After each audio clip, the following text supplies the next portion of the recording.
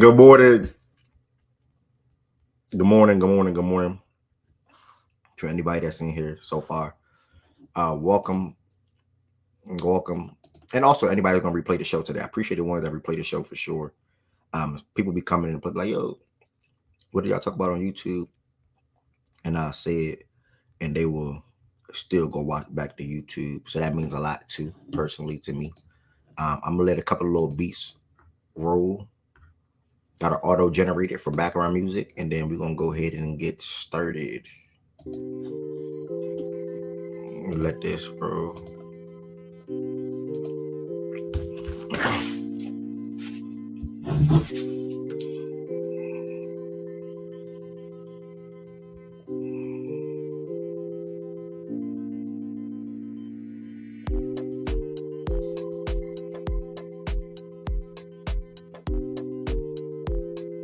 These niggas are crazy. Shan, what's good? Wow, you beat 2 Turn? What the hell? Nobody. I don't know the last time a nigga beat 2 Turn.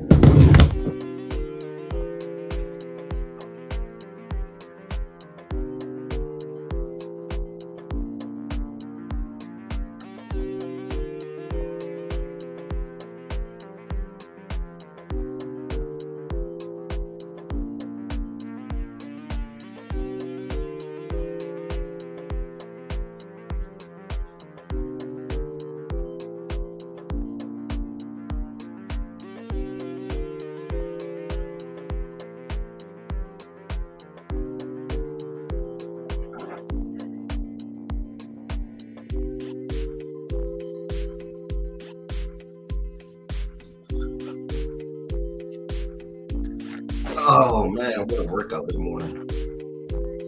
I'm done.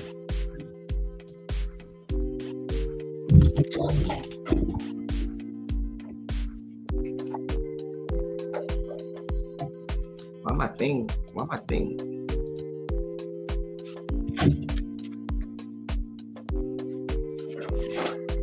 Justin, what's good, Justin?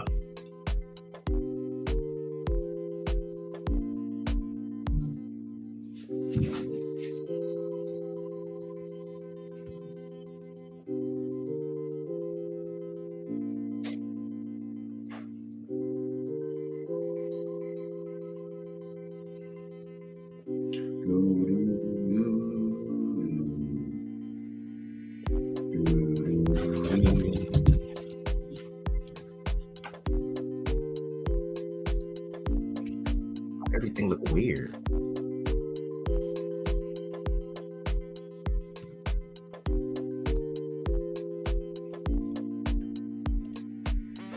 Be Young, what's good?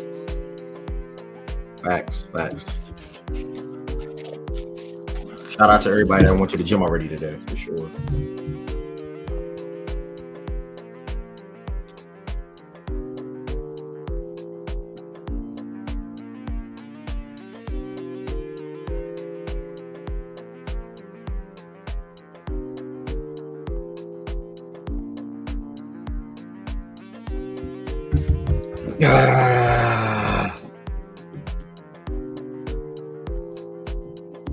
So the ones that's in here, good morning. Make sure y'all hit that thumbs up button.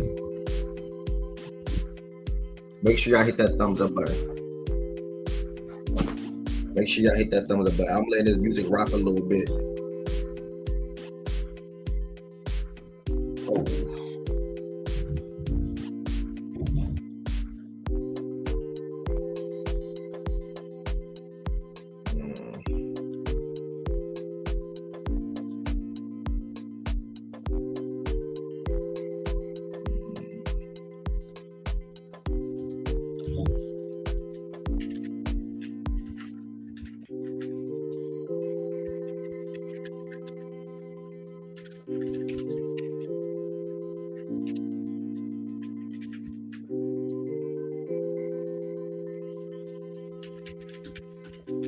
All right, this is about to be the last.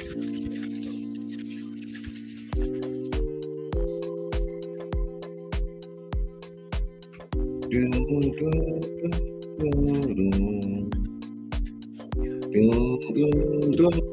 morning to everybody that's in here so far.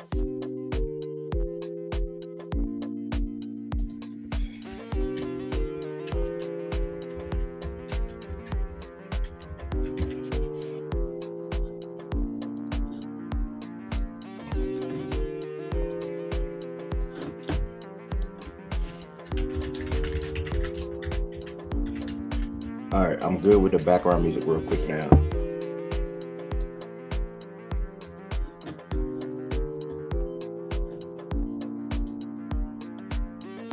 All right, I'm good with the background music.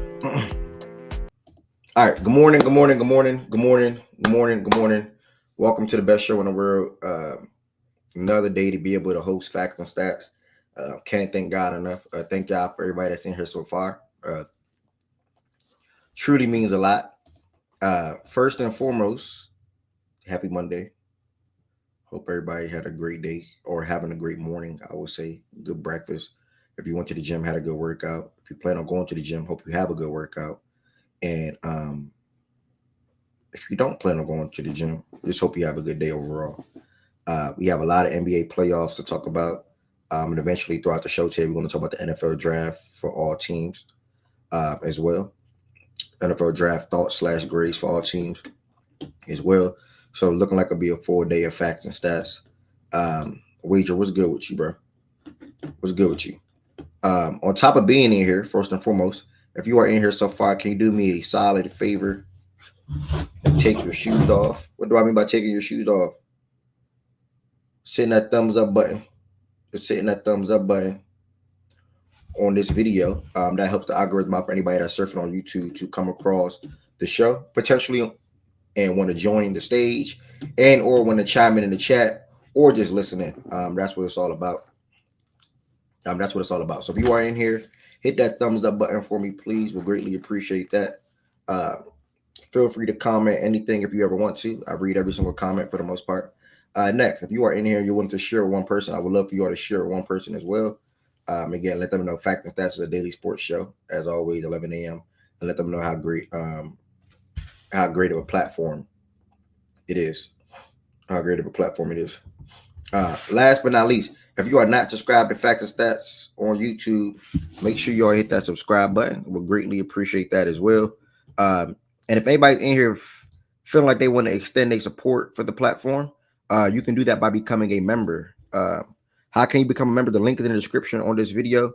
Appreciate everybody that was a member so far, especially subscribers on Playback as well. Or you just one or the other, thank you. The link is in the description on this video to become a member. There's 3 different levels you can join as. They all have different customized perks and have the ability to send emails into the chat. And also you get the Fact and Stats logo next to your name. So I appreciate all the members, y'all. Thank y'all for rocking with me. If you are not a member, you can become a member as well. And I would love for you all to become a member as well. Next, you can also send super chats and super stickers at any time throughout the show. The amount don't matter. I'll be grateful and thankful regardless. $3, $5, $7. Just throwing out options of random numbers, I'll say. And as you see on the back end, it says all extended support is greatly appreciated. All extended support is greatly appreciated. Do not forget that.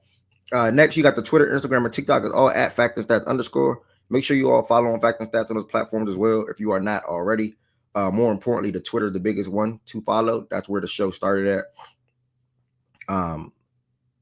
That's where I always tweet out in the morning time where the show will be held at, whether it's Playback, whether it's YouTube, and sometimes even a Twitter space. So make sure you all follow on Fact and Stats on Twitter. It's literally at Fact and Stats _. Literally at Fact and Stats. Let me show it on the screen for y'all real quick. Literally at Fact and Stats _. And as you can see here, I tweeted out the show this morning, letting people know be live on YouTube and Twitter. The ones that retweeted it and or liked it, thank y'all so much. I'm pretty sure somebody probably came across that as well on their timeline. So make sure y'all follow on Fact and Stats on those platforms. I post clips from podcast episodes I record or clips from the show to those platforms. Next, you got the Playback room, playback.tv/Fact and Stats. Playback is super important. I sometimes host a show on Playback. Also, sometimes after this YouTube segment or the YouTube part of the show, I shift to Playback and continue the show there. And also, more importantly, we just watch live NBA games in there every single night. We watch live NBA games in the Playback room every single night. So we having a ball in there right now. Well, we have a ball for the most part every night inside of Playback. As you can see here, I'm gonna show y'all a little clip or some clips of what it looks like. Come on, J-Mac. Please get the most. He been doing your layup. Yeah. LeBron. Swing it. Go. Rebound. He's not making that bullshit. Oh my God. So that's one clip. It's crazy they even lost the game. Here's another one. Brunson. 1 minute. Oh yeah, Brunson. Oh yeah, Brunson. Don't let him foul bait you. Don't let him foul bait you.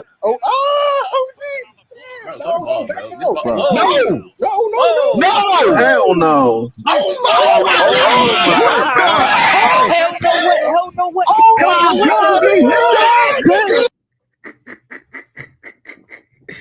Make sure y'all sign up and join the Playback room, man. We in there every single night watching the games. Obviously, I was pissed the Lakers lost after being that excited for no damn reason. 1,842 members. It's a link you can join right here in the description on this video. It's a live nightly watch parties. We do every single night. Playback is an app you can easily download that costs $0 to do so, and also to join the room, $0. It is all free to sign up and join the Fact and Stats Playback room and pull up. Come watch the game with us tonight. If you need access to see the screen, just let me know, and I'll do my best to give you the access. Do my best to give you the access to see the screen. And what we got? We got the Warriors and Rockets tonight, and I can't remember who the first game is. Who was the first game? Oh my God! No wonder why I can't remember who the first game was. I couldn't remember who the first game was. So Heat, Cavs, Warriors, Rockets. Both of those games are scheduled. Make sure y'all pull up and tap into the Playback room. Pull up and tap into the Playback room. The next thing I want to say, the website. I am dropping a new spring design this week. Actually, I'm gonna do it this week. Couple of different colors. Idea of it is called Love Facts and Stats. So for the people that love Facts and Stats, you'll see like a heart. You'll see a heart. Facts and Stats with a heart, and then you'll see on the back the slogan "Speak Your Mind." So make sure you all tap into that and get ready for that. Next, give me 1 second, y'all. Hold on. Give me 1 second.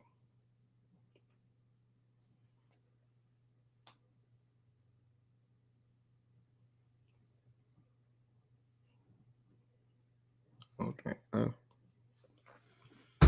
All right.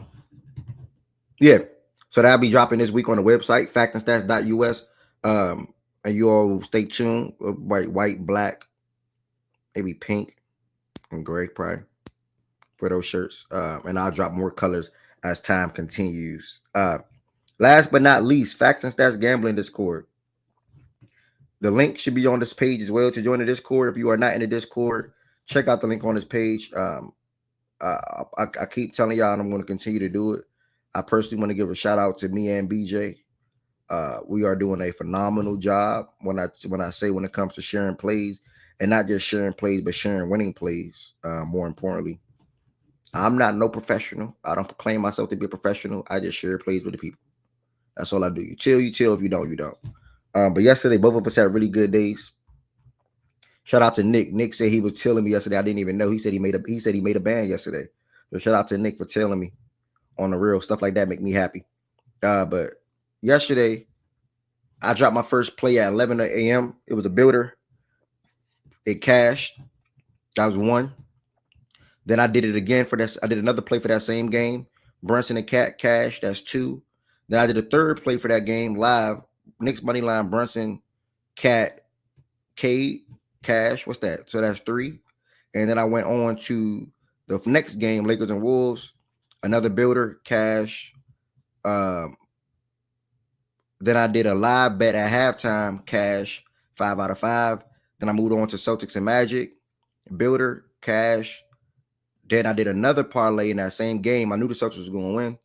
Another cash. I think that was 7 out of 7. And then I came down to the Pacers and Bucks. Had a builder. The builder, I took my first L of the day. Giannis finished with 28 points. Siakam finished with 13 points. You don't get mad at stuff like that, man. Sometimes, I was just too high. I had to lose. It is what it is. I made another parlay for that game. Giannis finished with 28. He made me fall one off. So 7 out of 9 yesterday for me. And when you go to BJ said he was 9 out of 13 yesterday. He had a lot of cashes as well. I'm gonna drop this Discord link in the chat right now as well. So he was on a straight bag yesterday with some strikeouts, cat 3, strikeouts, builder cash, think this cash, that cash, that cash, that cash. I think Tatum didn't get 4 assists, and then brick, and I think might have been a brick right here. So and that's because Dame got hurt. So shout out to BJ and myself. And again, if you want to join the Facts and Stats Discord, you can. Again, I gamble responsibly, chill responsibly. I don't go crazy. I'm gonna need one for me and my woman. One pink, one blue. Shout out to you. Shout out to you and your lady gang. That is the Discord link. Agent Zero, what's good with you? Open invitation to anybody. If you ever see me say 1 unit, that means I put 50 or 100 on it. So chill responsibly. If I say half unit, 0.5, that means I put 20 or 25 on it. That's all it is. So gamble responsibly. If you ever tell any of my plays, I'm back today. I might just wait till the Warriors and Rockets. I don't know, because the Heat Cavs might get ugly. We might come out on some bull crap. I ain't gonna lie. So I might wait. But that's everything that I needed to tell y'all about. That basically was my Who Sold Your Parlay segment. I guess Giannis. I'm not mad at it though. Giannis and Siakam. For me personally, yesterday, I would say. Anybody got any other names in the chat outside of Giannis and Siakam? Praise up to Dame as well, man. Praise up to Dame.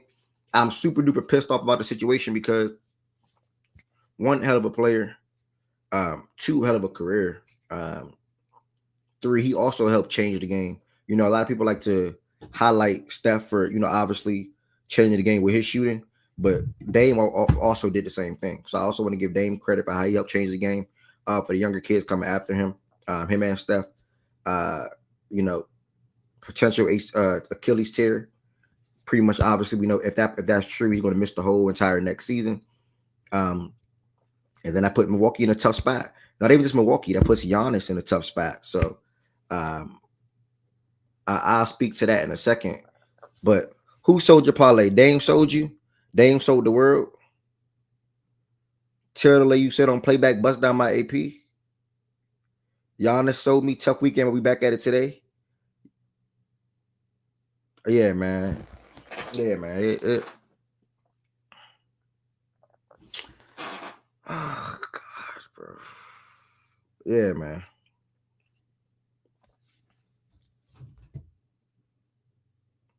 Lawrence, good morning. All right, I see the sales.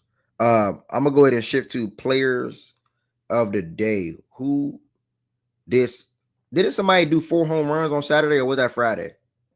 Was the 4 home runs on Saturday or Friday? I can't remember. Either way, my player today for over the weekend, easily from a basketball standpoint, got to be Ant. Hell of a performance Ant put on yesterday. Hell of a fourth quarter Ant had yesterday. So for me, Ant, without a doubt, is my player today. I want to give him all the credit in the world for how he growing as a player and how he got that Wolves team right now. Sitting up 3-1 pretty comfortably when it comes to the potential chance to advance to the next round. When you're up 3-1, you're pretty comfortable / confident. Now, obviously, they still got to finish the job. But Ant last night in 44 minutes was 12 for 23, 5 for 10 from 3, 9 rebounds, 6 assists, and 43 points. Easily my player of the day over the past weekend. Suarez from the Diamondbacks, he had 4 home runs. Is insane. Yeah, that was insane. So that was that. Byron, welcome, my brother. Welcome.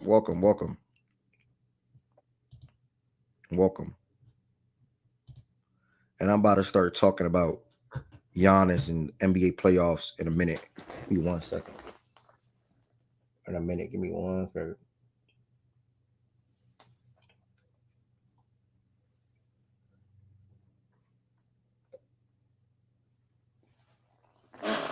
All right.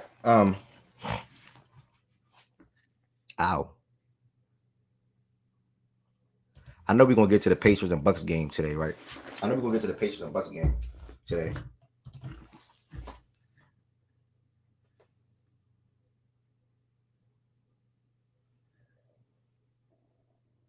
Sorry, guys.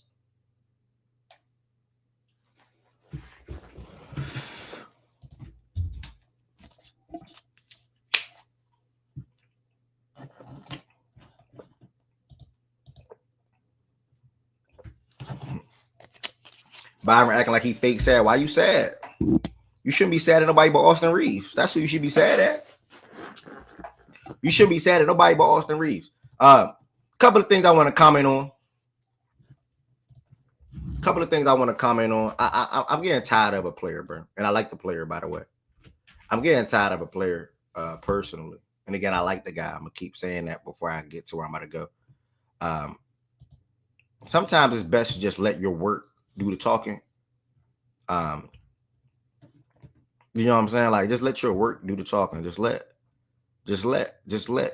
your game do the talking, I'll say. You know what I'm saying? Like, sometimes that can do all the talking. You don't gotta go in pressures and say this and say that. Like, you know what I'm saying? You don't gotta do that, bro. Speaking to John Morant decided to say a couple of things last night. Well, not even last night, yesterday, I'm sorry.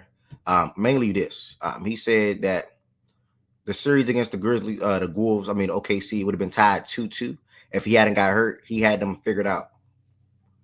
This comment right here reminds me of the comment him saying, "We good in the West." Like, Ja, I love you.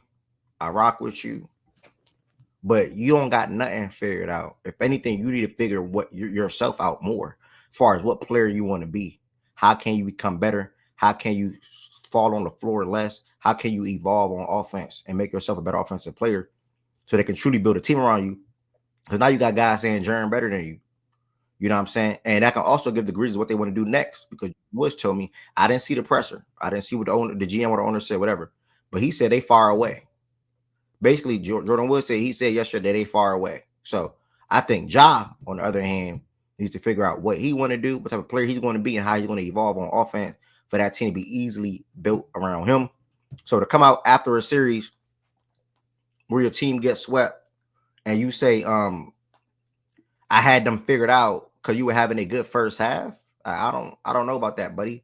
But I wanted to bring that up real quick. I saw that on the timeline yesterday. Ja's a funny player, and I think that sometimes you don't always got to talk, or you don't always got to say things you probably can't back up. Let me say that.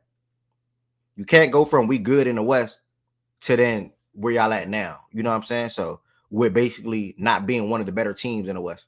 Like, they're not even a top 3 team in the West. Probably not even top 4 team in the West. And I had them being really good coming into this year. So I don't want to sit here and act like I didn't. I definitely want to make that very clear.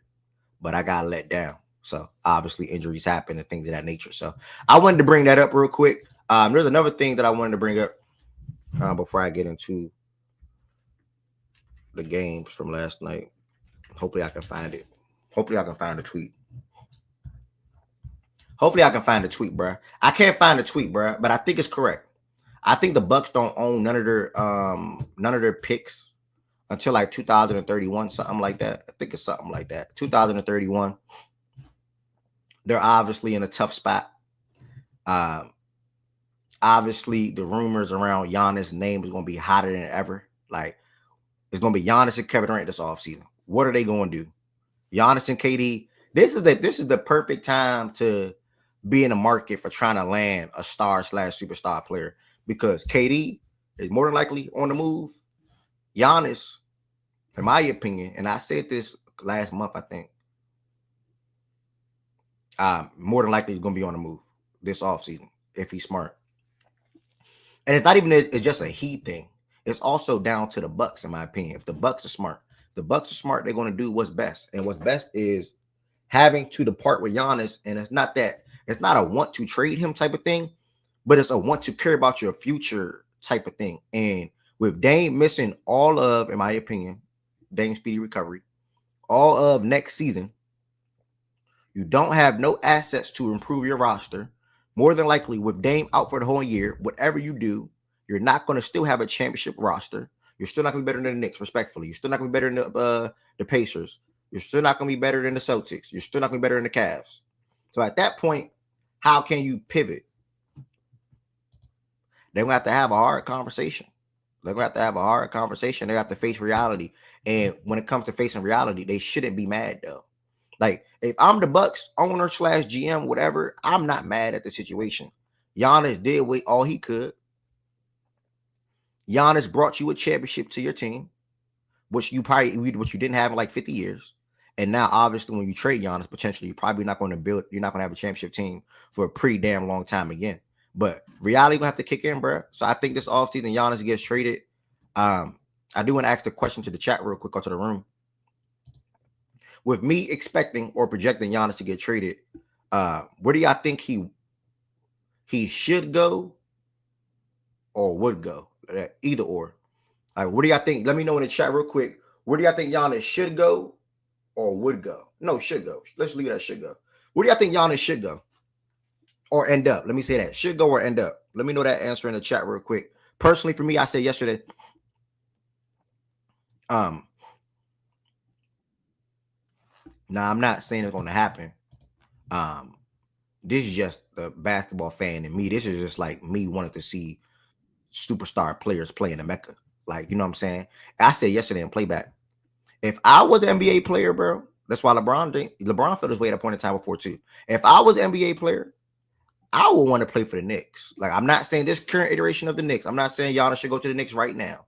I'm just saying if I was an NBA player, I would want to play for the Knicks. I would like Giannis on the Knicks. I would like Giannis with Brunson. I personally would like that. So the Knicks come to mind. Obviously the Lakers will come to mind, but I just don't think that's realistic right now with LeBron on the roster as well. So that wouldn't be a this offseason type of thing. But the Knicks definitely come to mind, and then I will have to throw in Miami potentially for a team that may come to mind. And obviously most are going to say Houston as well. So I think those are probably the three top teams that I would throw out there for me. What team I like the most, I'll probably say the Knicks again, because that is the Mecca. I think Giannis but Giannis would love / appreciate being in a big market. And I don't think nothing will be better than, or not, no, I wouldn't say nothing, but winning a championship in New York is damn near equivalent to winning a championship to LA in LA or Boston, damn near, if not bigger, however y'all want to toss and turn it.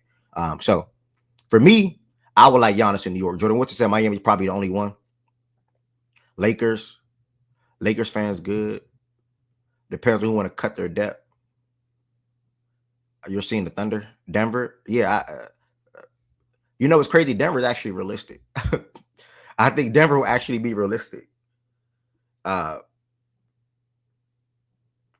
potentially the East, potentially. Yeah, Denver actually realistic. But to the stage though, what y'all think? Giannis. What's the whole thoughts on the Giannis situation? Do you think it's best for him in Milwaukee to depart this offseason, especially with the Dame news as like a cherry on top?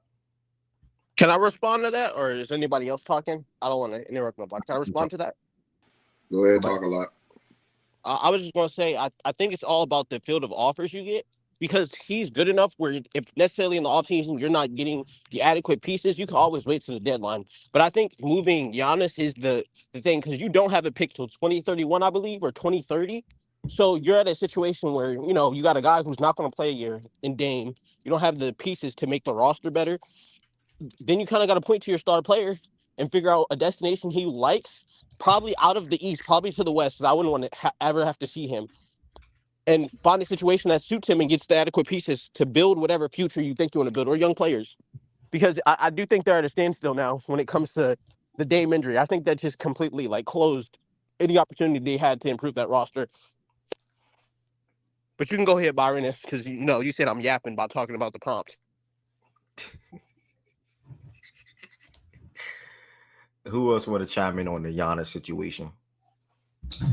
Wait, what's he say? What a surprise, Kyle. I wasn't saying you was yapping, bro. I just gave you a new nickname. Talk a lot. My fault. No, but I don't think it's a premier destination. I don't think it's a destination that is being sought after right now. But a team like the Brooklyn Nets with 13 first-round picks in their future is a team that I think, at least with I think they have a couple Milwaukee picks as well, so they don't want to get their picks back. But I think that's a team that Milwaukee's looking at. I think it's a team that Giannis is looking at. If you can't go to New York, obviously, like Ev said, because they're pretty against the books right now. They're pretty tight with the cap space and the players they have in. But if you can go to Brooklyn, I think they have the assets to do it. They have 4 first-rounders this year. I think they have 9 first-round picks the next 2 years anyway. So that's I think a destination that the Bucks and Giannis would look at as a suitable fit because they would have a lot of assets after Giannis and to get Giannis. So yeah, I think it's a good, and it's still the weak Eastern Conference. So I think it would be a good place for him.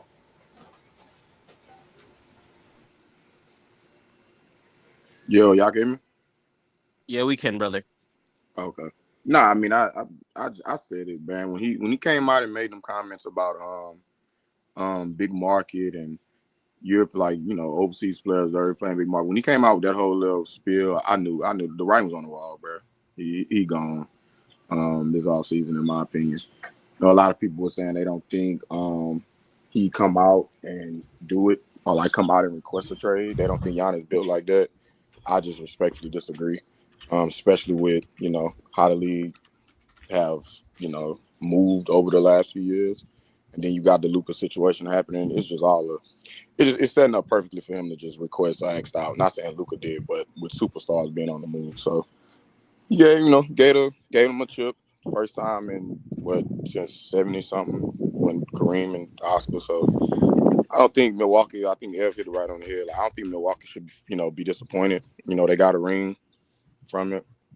You know, cut your ties because, like I say, you don't got nothing for the future for the most part. And, you know, you don't have enough flexibility or avenues to build a championship team around Giannis. So just cut your ties, bro, and get what you can from him while he's still in his prime. So I think he's gone. Now, as far as what team I think make the most sense, man, I hear you, Ev. You know, I hear you when it comes down to the Knicks. You know, that's the Mecca.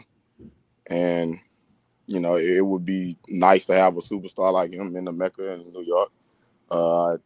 Him and Brunson, it makes sense. I think I underestimated just how much Dame relied on his three-point shot. That's not something Brunson do. Brunson looking to attack a lot in pick and roll will, I think, be more. It will be a better fit than Dame because he's looking to attack the rack a little more. So the rim pressure with them two would be insane. But it's just about. I think I saw somebody else say about the depth. It's about what you give up if you the Knicks in order to, you know, with what you have around him and Brunson.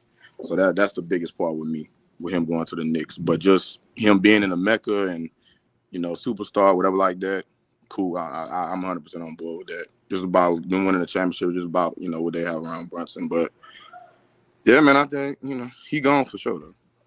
Do you think, Hey, Byron. so Go ahead.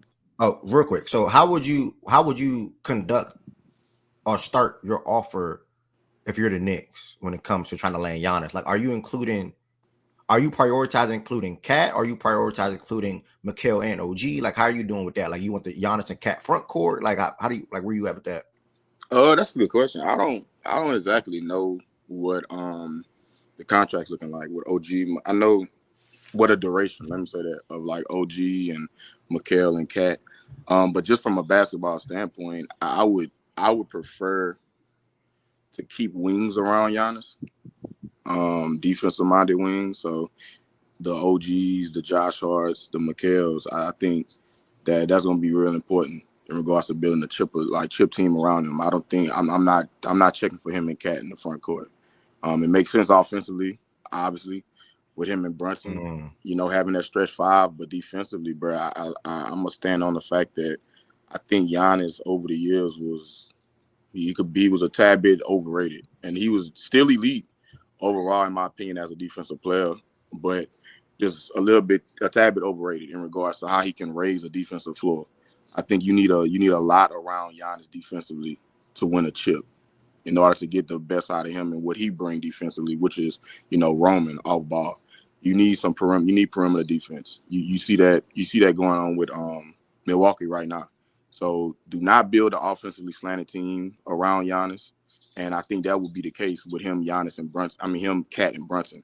That team is very slanted offensively in terms of like the top talent. So I think you got to think defense.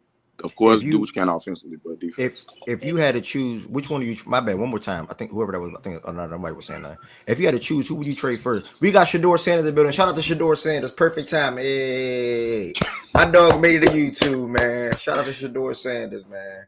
If you had to trade, if you had to trade Mikal or OG, who would you trade? Mikal or OG? Yeah. Bro, that's not a hard question, bro. It's Mikal. What the fuck are we doing? But OG make more money. So what? That's gonna hinder you in regards to building around him. No, it's not. Cat. For one, Cat is gone. That's too much fucking money for him. His contract is ridiculous. Cat, Mikal, Bob. Simple. If that's what you want, cool. OG, hell no. No How funny. much? Do the How much Knicks money have the OG make? capital? I think OG 40 a year. 40 a year, and Mikal with like 25 or 30 or something like that. Yeah, he in Probably that range. 30. He in the Yeah, 25 to 30 25, range 30. for sure. Yeah. Oh, that's a good question. OG obviously the better defender. He's not good enough to be kept, bro. Like, no troll. But you feel OG worth 40 mil? Yeah. I heard you talk. Yeah, OG right now is 36. Next year 39, and then the year after that 42, and then the year after that 45. Yeah, I'm cool with that. Then Mikal, okay, now tell me what Mikal contract is. This year 23, next year 24, and then he unrestricted. Oh yeah, so he gonna have to go regardless. I'm not gonna lie, do the Knicks have the capital in terms of draft picks to even get a Giannis? Mikal was ass. I don't know. I don't know. I mean, the goal would be to have a better, to possibly bring in somebody defensively that, you know, everything not falling on Mikal defensively. Because no, I agree, he shouldn't be on the team best like defender, nothing like that. He a team defender. He not a stopper, nothing like that. But it's just his contract. His contract is what I'm looking at. I mean, if his contract is easier to move than OG, yeah, that's just a lot of stuff you just got to weigh in. But just to play on the court, though, obviously I'd rather OG just to play on the court. But you're not just thinking play on the court and what they are on the court.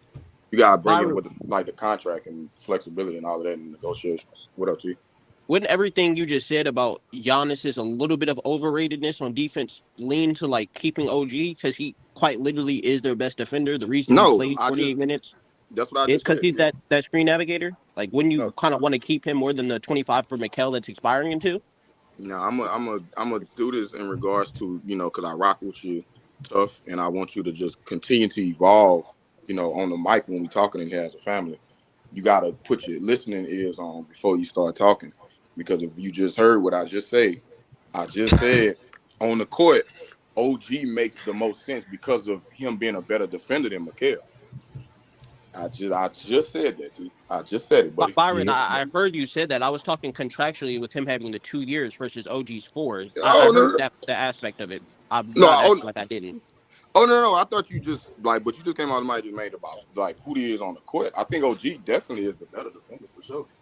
It was a combo of that plus the 4 versus the 2 because he's 2 then unrestricted. Hold on, who you say been unrestricted? Who you say? Mikal is 2. He has 2 more years on his deal than unrestricted. While you have 4 with OG. I was also bringing that aspect into it as well when you talk about the contracts. Yeah, it'll be a little easier probably to like sell somebody on a Mikal contract because it's not as many years tied and it's not as much. So, you know, you had another aspect. You know, you can. I'll tilt towards moving Mikal too, because I know for a fact who the better player on the court is OG. Yeah, so I heard that portion of it. Yeah. If they say, again, I don't know the situation, but if they say Cat, Mikal, Josh, they doing too much? Y'all saying no or what? It depends what picks they are giving up in that offer though, Ev. Because I'm looking at the they only have picks 2 first. They can't move that first. Who, the Knicks, Devon? Yeah, they have their 2026 owned and their 2030. They also have the Wizards protected 1 through 10. Probably won't happen. And they have the 2028, which can be converted either to Philadelphia, Phoenix, or Brooklyn. It depends on who Brooklyn swaps with. So they got 2 first. So let me ask this question then. So they got 2 tradable first. Would y'all do Cat? Because Milwaukee might. I don't know how Milwaukee gonna feel, but would y'all do Cat, Mikal 2 first, or Cat, Mikal, Josh Hart? I'm not trading Josh Hart.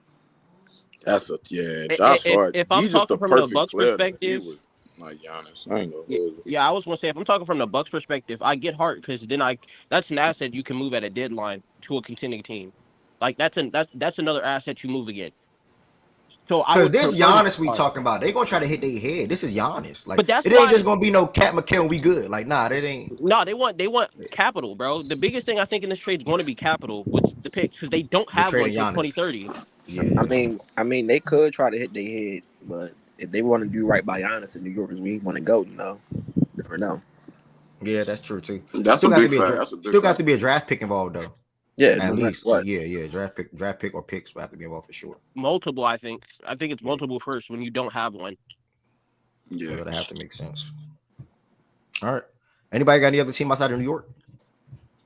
Realistically, I think realistically, OKC has the might best be package, but I don't know if they OKC. trade for it. Rockets. Yeah, Rockets. Rockets and OKC also have really interesting packages. I don't think they'd be able to win nothing just getting Giannis, but realistically, I think the Rockets is probably the Rockets might be the front runner. I ain't gonna hold you. Them are Brooklyn, which I would hate, but yeah. Yeah. Like Ev, if you're getting Dub, probably Hart, Caruso, guys you can move plus multiple first, you can get 3 to 4 in swaps with OKC. Why wouldn't I do that if I'm specifically the Bucks perspective?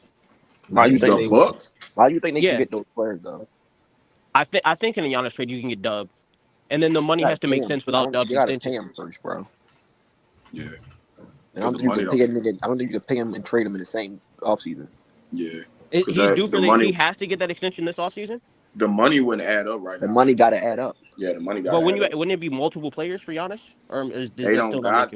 I don't know if they got them like contracts. Isn't Hart making around that?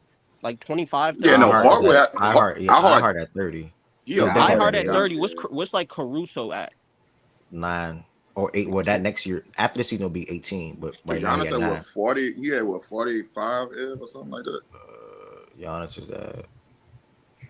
You said Hart. Giannis is at 48. Nah, 48. All right. Well, yeah, Hart gotta be in it. So it'll probably be like Hart, Caruso. Nigga, Giannis at 50 plus, nigga.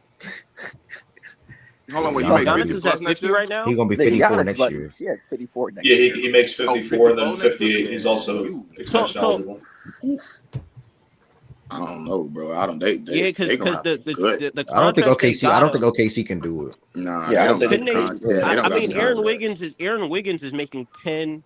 Dort 16. But you gotta look to the names you're saying though. With all due respect, like did the Bucks care for those names? Yeah, when players like that get traded, like they at least want a player, like a young player, young asset, and then also. Oh well, I mean, but then Shaggy brought up the contract thing though, like we're having to extend him. But I'm saying I believe you can make it work with. Hold on, wait. Dort makes 16. Low contract. Yeah, I think Dort's 16. 16 and 17 next year. 16 17 year after. Hart make 30. Yeah, Dort can do it with probably J-Dub like T is saying, but then you have to throw in the pick. Yeah, they got Buku. Nah, they got Buku draft picks now. They'd have to throw one of those young guns as well. They got the draft picks. And if you look how specifically to me SGA and Chet's contracts are structured, you kind of want to win not this year, but in the next 3, not concluding this year. Bro, Chet is about to get the money is set up. Chet about to get extended this offseason, bro. Nah, 100%. Chet getting extended. Yeah. I but just I guess for the sake of the conversation, could it work in terms of contracts, picks? We just figured out, yeah. Realistically, I don't think OKC I said the other day, I don't think they move like that. They gonna move, I think, throughout the years like San Antonio Spurs. They not gonna go big fish hunting. They gonna go development, they gonna go draft, they gonna buy in and invest into the ones that they drafted. I don't think they're gonna do the big fish hunting stuff, just realistically. But they got the draft capital, and like we just found out the contracts to make it work. I just don't think they'll do it. Piper said he like him on the Spurs. And I was looking to say Byron, when I said some of the players, like to me, losing Hart but replacing Giannis and actually letting Chet play the 5 is not terrible to me. Oh no, basketball wise, like I just basketball wise, 100%, it makes sense. But I just don't think the OKC built like that. I don't think they're gonna be no big fish hunting organization. They believe heavily in drafting and development. And they gonna just buy into they just gonna keep investing into their young core that they built from ground up. I don't think they're gonna go big fish hunting. But basketball wise, yeah, 100%, it makes sense. Go after them.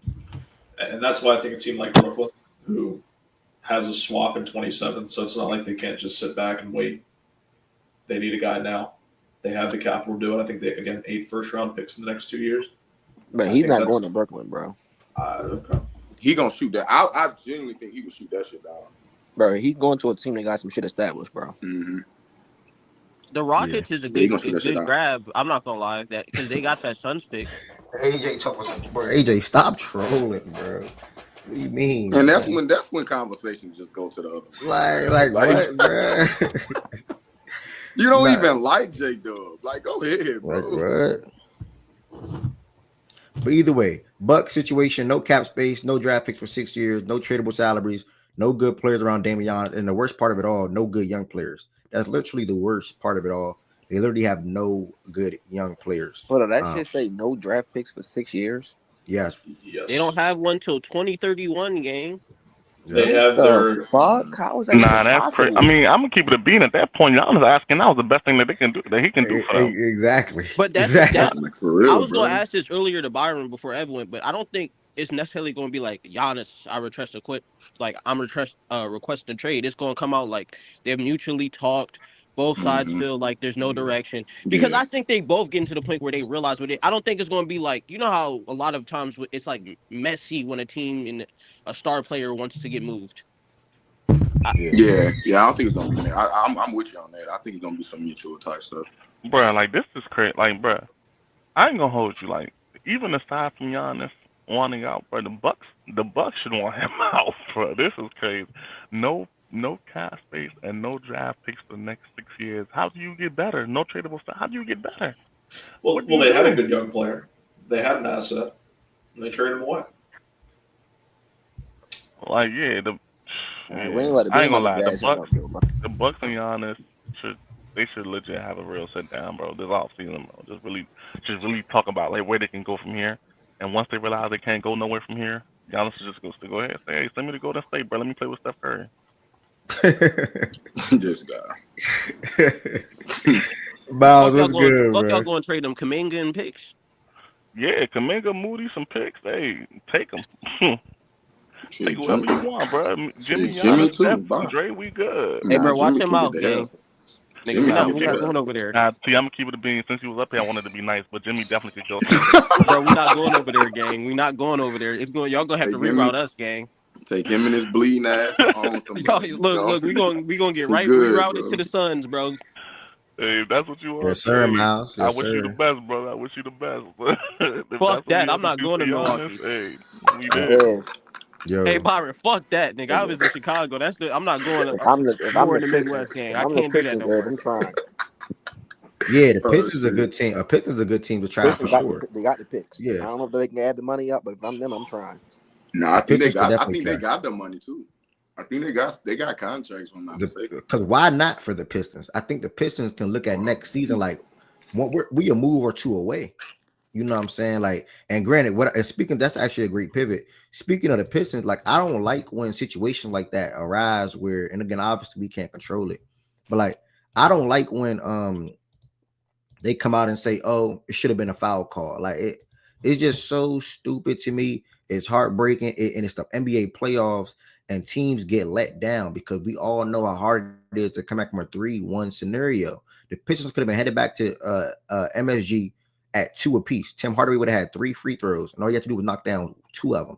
I hear you. They were letting them play all night though. They were being consistent.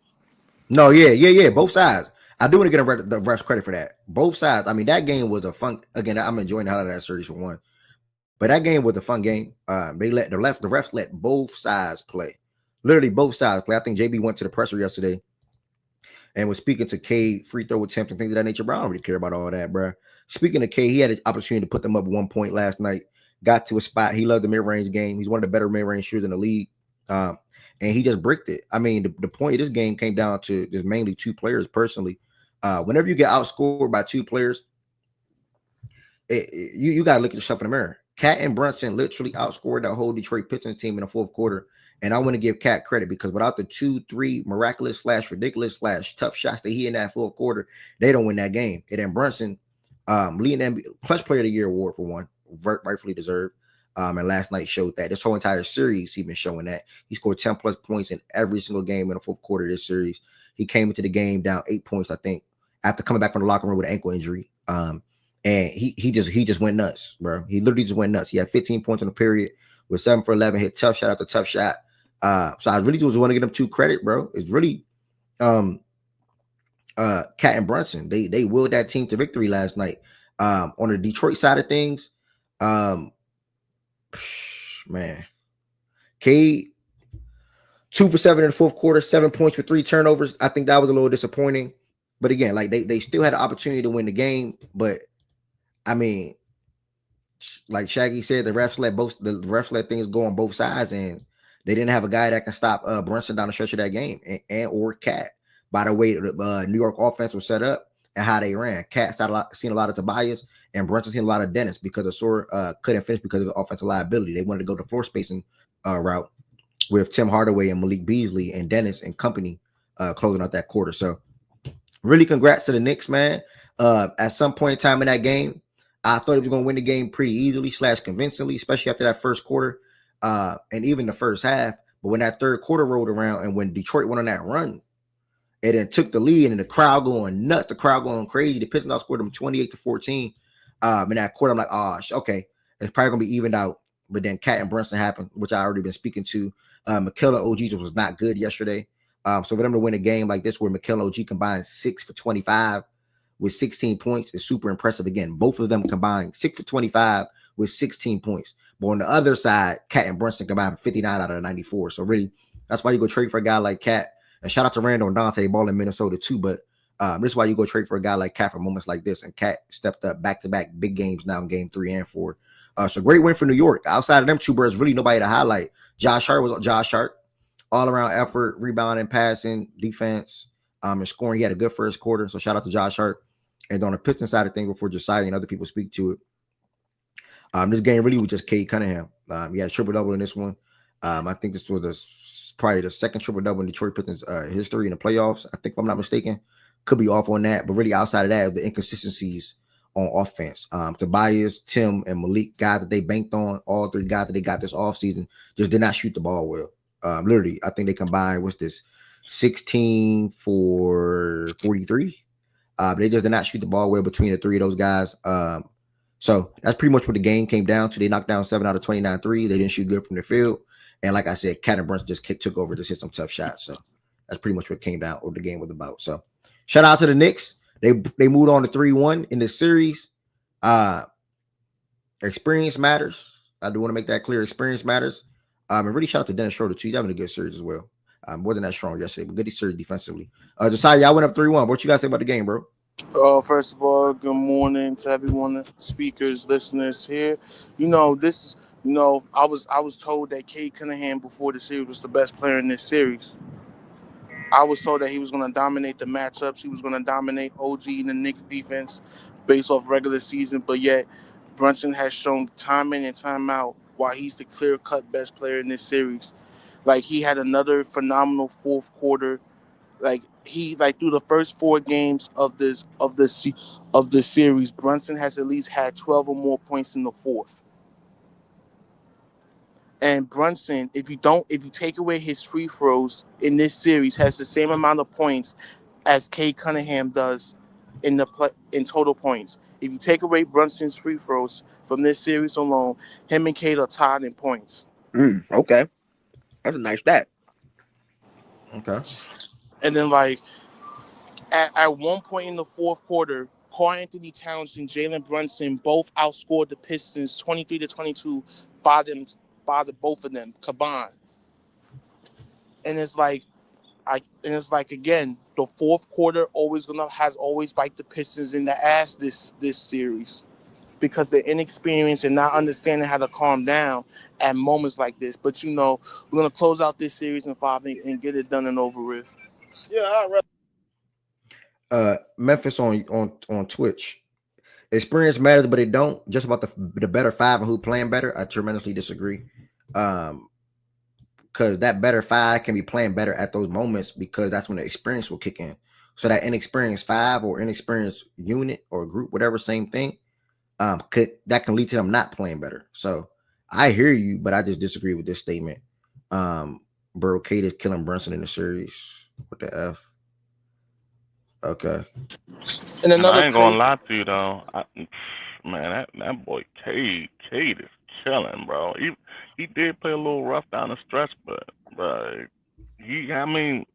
it's really just be him, bro. I mean, Schroeder helped a little bit. Tobias last night he helped a little bit, but he usually hit some timely shots. But like in Yeah. terms of like who's carrying, like who's in controlling the offense, times We don't get out them time kind in, of time excuses, out, bro. bro.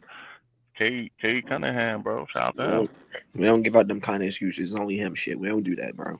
And get I'm not even K's giving that an excuse.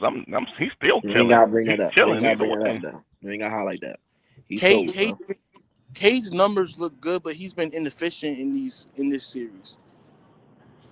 Like he's almost I averaging don't like care about 6 that, bro. I'm I gonna turnovers. keep don't it a care beam with about. you. I hate when y'all bring. Who cares? He's got like 44% in the playoffs. That's in his first playoffs. He's at 44%. That's not bad. Why you pick and choose when you care about efficiency, Ev? 40 in your first go round, if you're shooting 40% in the playoff and you're putting up numbers, I'm not mad at that. He's averaging like 29.99 this series. Like, hold on, let me fact check that. Hold on. How many turnovers? 6. Terrible. You care about that? Like, Terrible. who cares Wait, about? hold on. He averages 6 Terrible. turnovers. Yeah, in That's 4 kind games. of Yeah, crazy. That's kind of yeah. crazy. He's the main ball Averages. handler, bro. What do you expect to So happen? what? Make better He's decisions with the averaging ball. 25.99 with 6 turnovers on That's 44%. Who fucking cares? terrible. That's good Terrible. numbers. That's Averaging terrible. 25.99 your first go round in the playoffs. Did that say 25% from the 25.99. jersey? That say 25% Who from the jersey? cares? Yep. What? Oh, come on, Mo. Come on, Mo. Come on, Mo. Nah, come on, Mo. Like, who cares about that, bro? Like, Come And on. it's funny. it's his And first let me go say this: round, bro. it's Come also on, funny bro. to talk about the coach for both teams. Like the way like this series is panned out is the exact same way it panned out Cleveland versus Knicks 2 years ago. JB Bickerstaff wins game 2. Tibbs wins the next 3. AJ, he had a 51 true shooting. Come on, Mo. Bro, it does not matter. Nobody in here thinks Kate is having a bad series. So why does AJ, that what that's like matter? -5? That's like Nobody thinks he's -5 having a below bad league series. average. Come on, man. Nobody thinks he's having a bad series, bro. No, I'm not saying he having a bad series. 26.99. He gotta clean some of that shit up though. He obviously got to clean the turnovers though. But he's having the ball in the majority of the game as he should. He's playing 40 plus minutes a night. Obviously, turnovers are going to happen, bro. By the way, the Knicks is defending him, and plus, I'm just stopping him turning the ball over. You can't. Nah, You- we don't do that for point guards, bro. Yeah, Take the ball. you think Jay Ivey like 100% like that his backcourt made for the future? No, 100% no. Jaden Ivey is a guy that can be moved.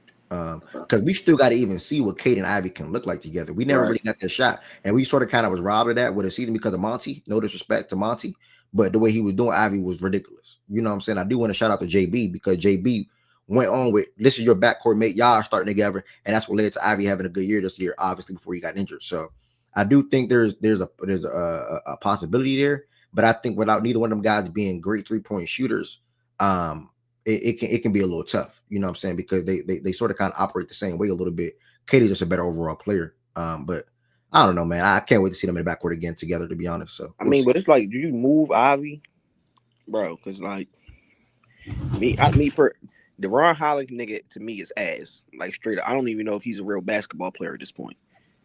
And Asor Thompson's offense is fucking terrible. So I don't know. That future is kind of fucking wonky to me. I don't know what they can do. no, Ron Hollow will continue to get better. Ron Hollow also is a good defender as well. He's gonna be a solid defender for them. He will continue to get better. I'm with you though. Like Ron can get moved, Jaden can get moved. Like, what do you mean? Well, you saying you would keep Ivy over Ron? Yeah, I would too. Let me say that. I would too. I'm assuming The untouchable is who? They only have 2 untouchables. They got 2 untouchables with me. Yeah, that's just Cade and Asar. That's it. I don't even know if he untouchable, but yeah. Nah, you can't move the twin, bro. I ain't gonna lie. You can't move the twin. If you move the twin, you crazy. I ain't gonna... moving that twin to be crazy. You can't move. Bro, I ain't gonna lie. I think it's just some shit in life where you can see where some shit just won't change or they get better at. I don't think he become a better offensive player like ever, bro. I don't know. What they bring to the game with what they bring to the game is just so rare, though. Like you got to talking about kind the of twins in general. Yeah, the twins in general. Yeah, what they bring to the game is so rare. I see it where I'm in. Yeah, that's what I see it with Asar. You think? They close though, bro. I swear they close. That's what I was gonna ask. Yeah, who like got the better? Who got the? I thought Armin had the better like offensive feel naturally. Yeah, I see it where I'm in. It's really because I think that Armin got accustomed to the game a little quicker because Asar missed the start of this year due to that what was it, a blood clot? I can't remember what it was. And then also their roles were different. You know, like Detroit was man. The Detroit just be so. The Detroit coaching situation was just so janky. You know what I'm saying? Where the Rockets were more prone to put Alvin on the court for 15 to 25 minutes or 20 to 25 minutes, whatever the case may be. And then now the Jabari Smith injury. Now, granted, even Detroit start. How many games did Asar start this year? Though I think he started a good amount of games this year. But I could be wrong on that because they added Tobias and Ivy was starting. But I think they were doing Ivy Tobias at the 4th, if I'm not mistaken. Hold on. Yeah, so he was starting this year. 22 minutes. But if you look at their game, it's really similar, to be honest. Like it's just that I maybe one is in Houston, one is in Detroit. Why things are the talks around a little bit different, in my opinion. And also I think that Alvin is getting an opportunity to flourish more with the guy that he's playing with for offense from an offensive standpoint versus Asar or Asar, however you said. I'm sorry. I don't know, bro. I think they're real close as players. Rockets If don't one got a leads cave, bro. Pistons losing like a lot in terms of contract next year. Because I was just on Trade Machine because we were talking about Giannis. Like Jaden, Tobias, Stu, and that little white dude, Simon, however you say his name. Check it or something. Yeah, yeah, them 4 work for Giannis straight up. Pistons would just have nobody on their damn roster because they got so many like expirings, if I'm not mistaken, going into next year. But them 4 work in terms of contracts. So it's just about them 4. They probably Stu. got. I think they got like 4 tradable first. Yeah, Jaden. Yeah, it's Jaden, Stu, Tobias. Keep in mind, Tobias is like 26 expiring, so that's a selling point for whatever. That's a selling point for Milwaukee. So Tobias expiring. I want to say Stu got like 2 years. Jaden ain't even get paid yet, and you got the Francesco dude. It's them 4 that work financially for just Giannis straight up.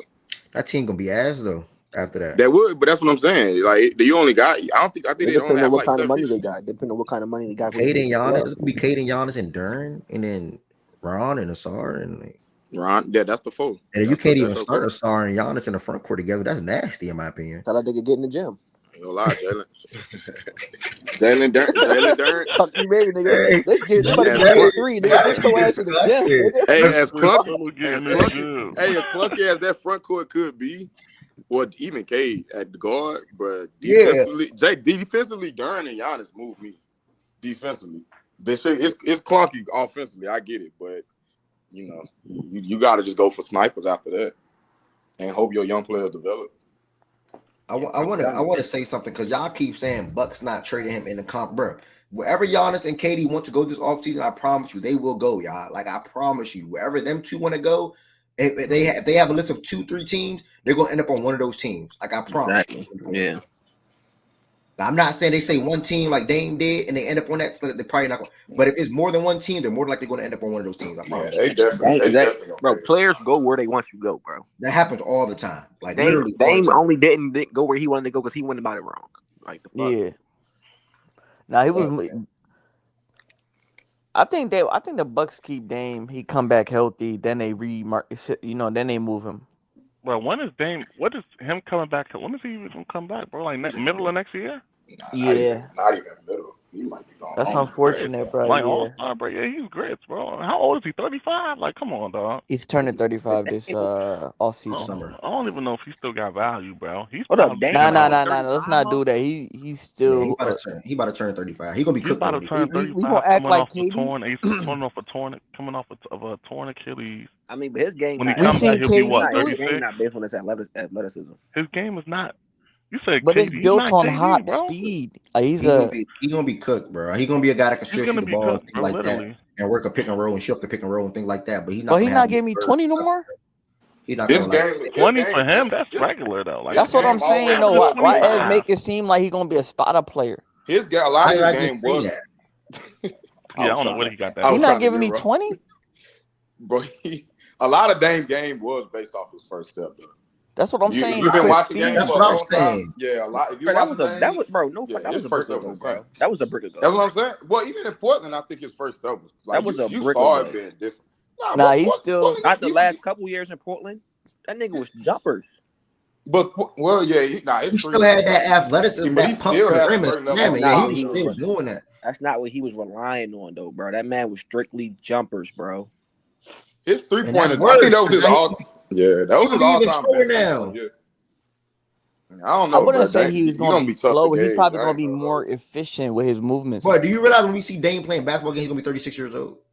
Yeah. Y'all realize that? He's gonna be Coming off 36 of a years torn old. Achilles at that. He's gonna be With, 36 years old at the start of the technology with the sports and science and the medicine, like I don't expect him to lose that big of a step. Yeah, he might lose a fraction of a step, but I'm That still shit was thinking. He already already gone. lost a fraction. No, I'm Couldn't get I'm around still nobody gonna this shit. assume that's still a How many high more level fractions player. you think he got left That's still a high level before he player. done? Yeah. His shooting not Okay, I going will tell nowhere. you this. I will tell you this, and I wanted to be wrong. When Dame returns and plays at 36 years old, the start of the 27-28 season, I think I want to say it is. It's 26, 27. 26, 27.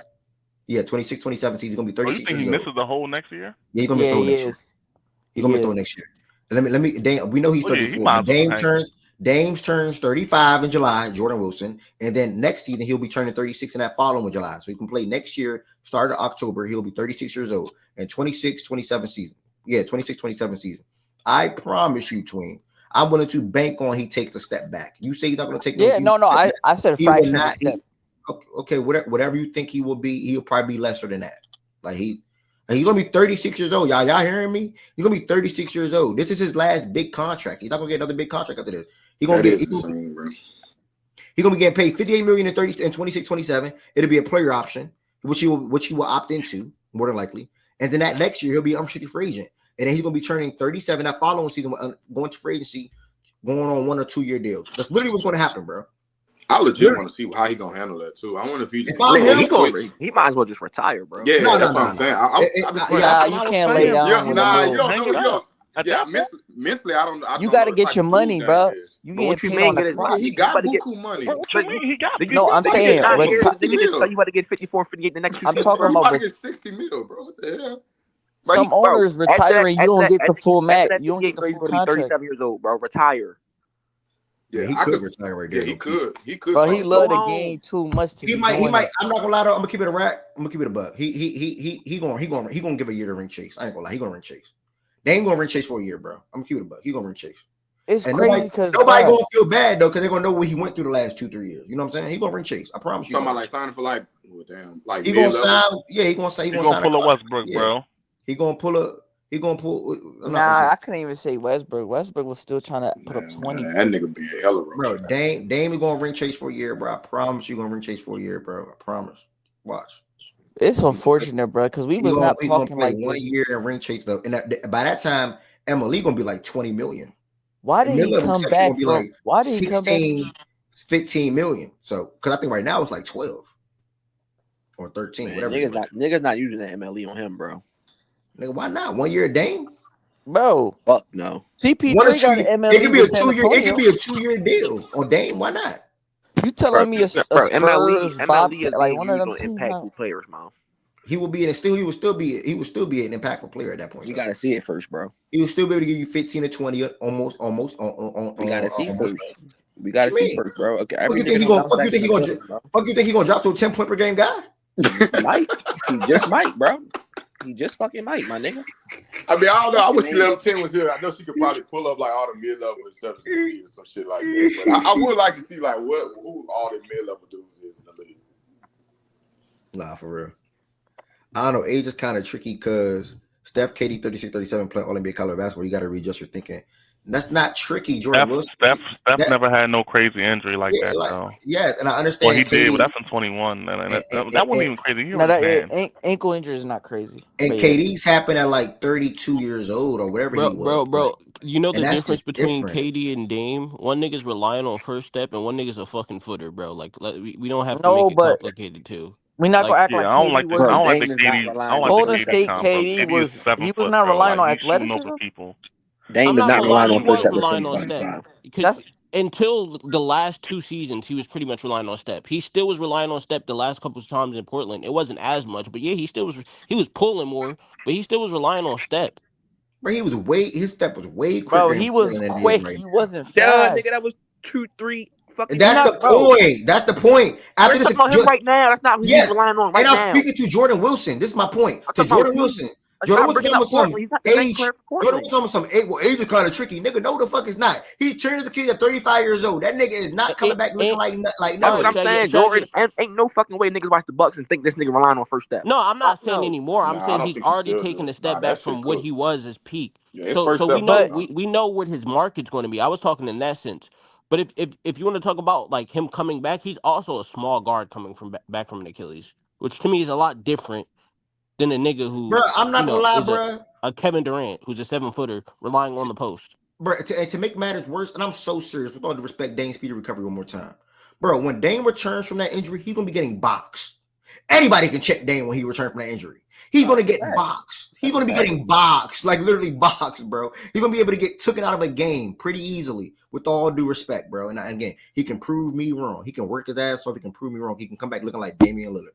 But I Yeah. promise you, he's gonna be getting boxed when he returns. But this And the it's- thing though, Ev, like his quickness is always gonna be there. He never used speed. What is that? What is that quote unquote quickness getting you to?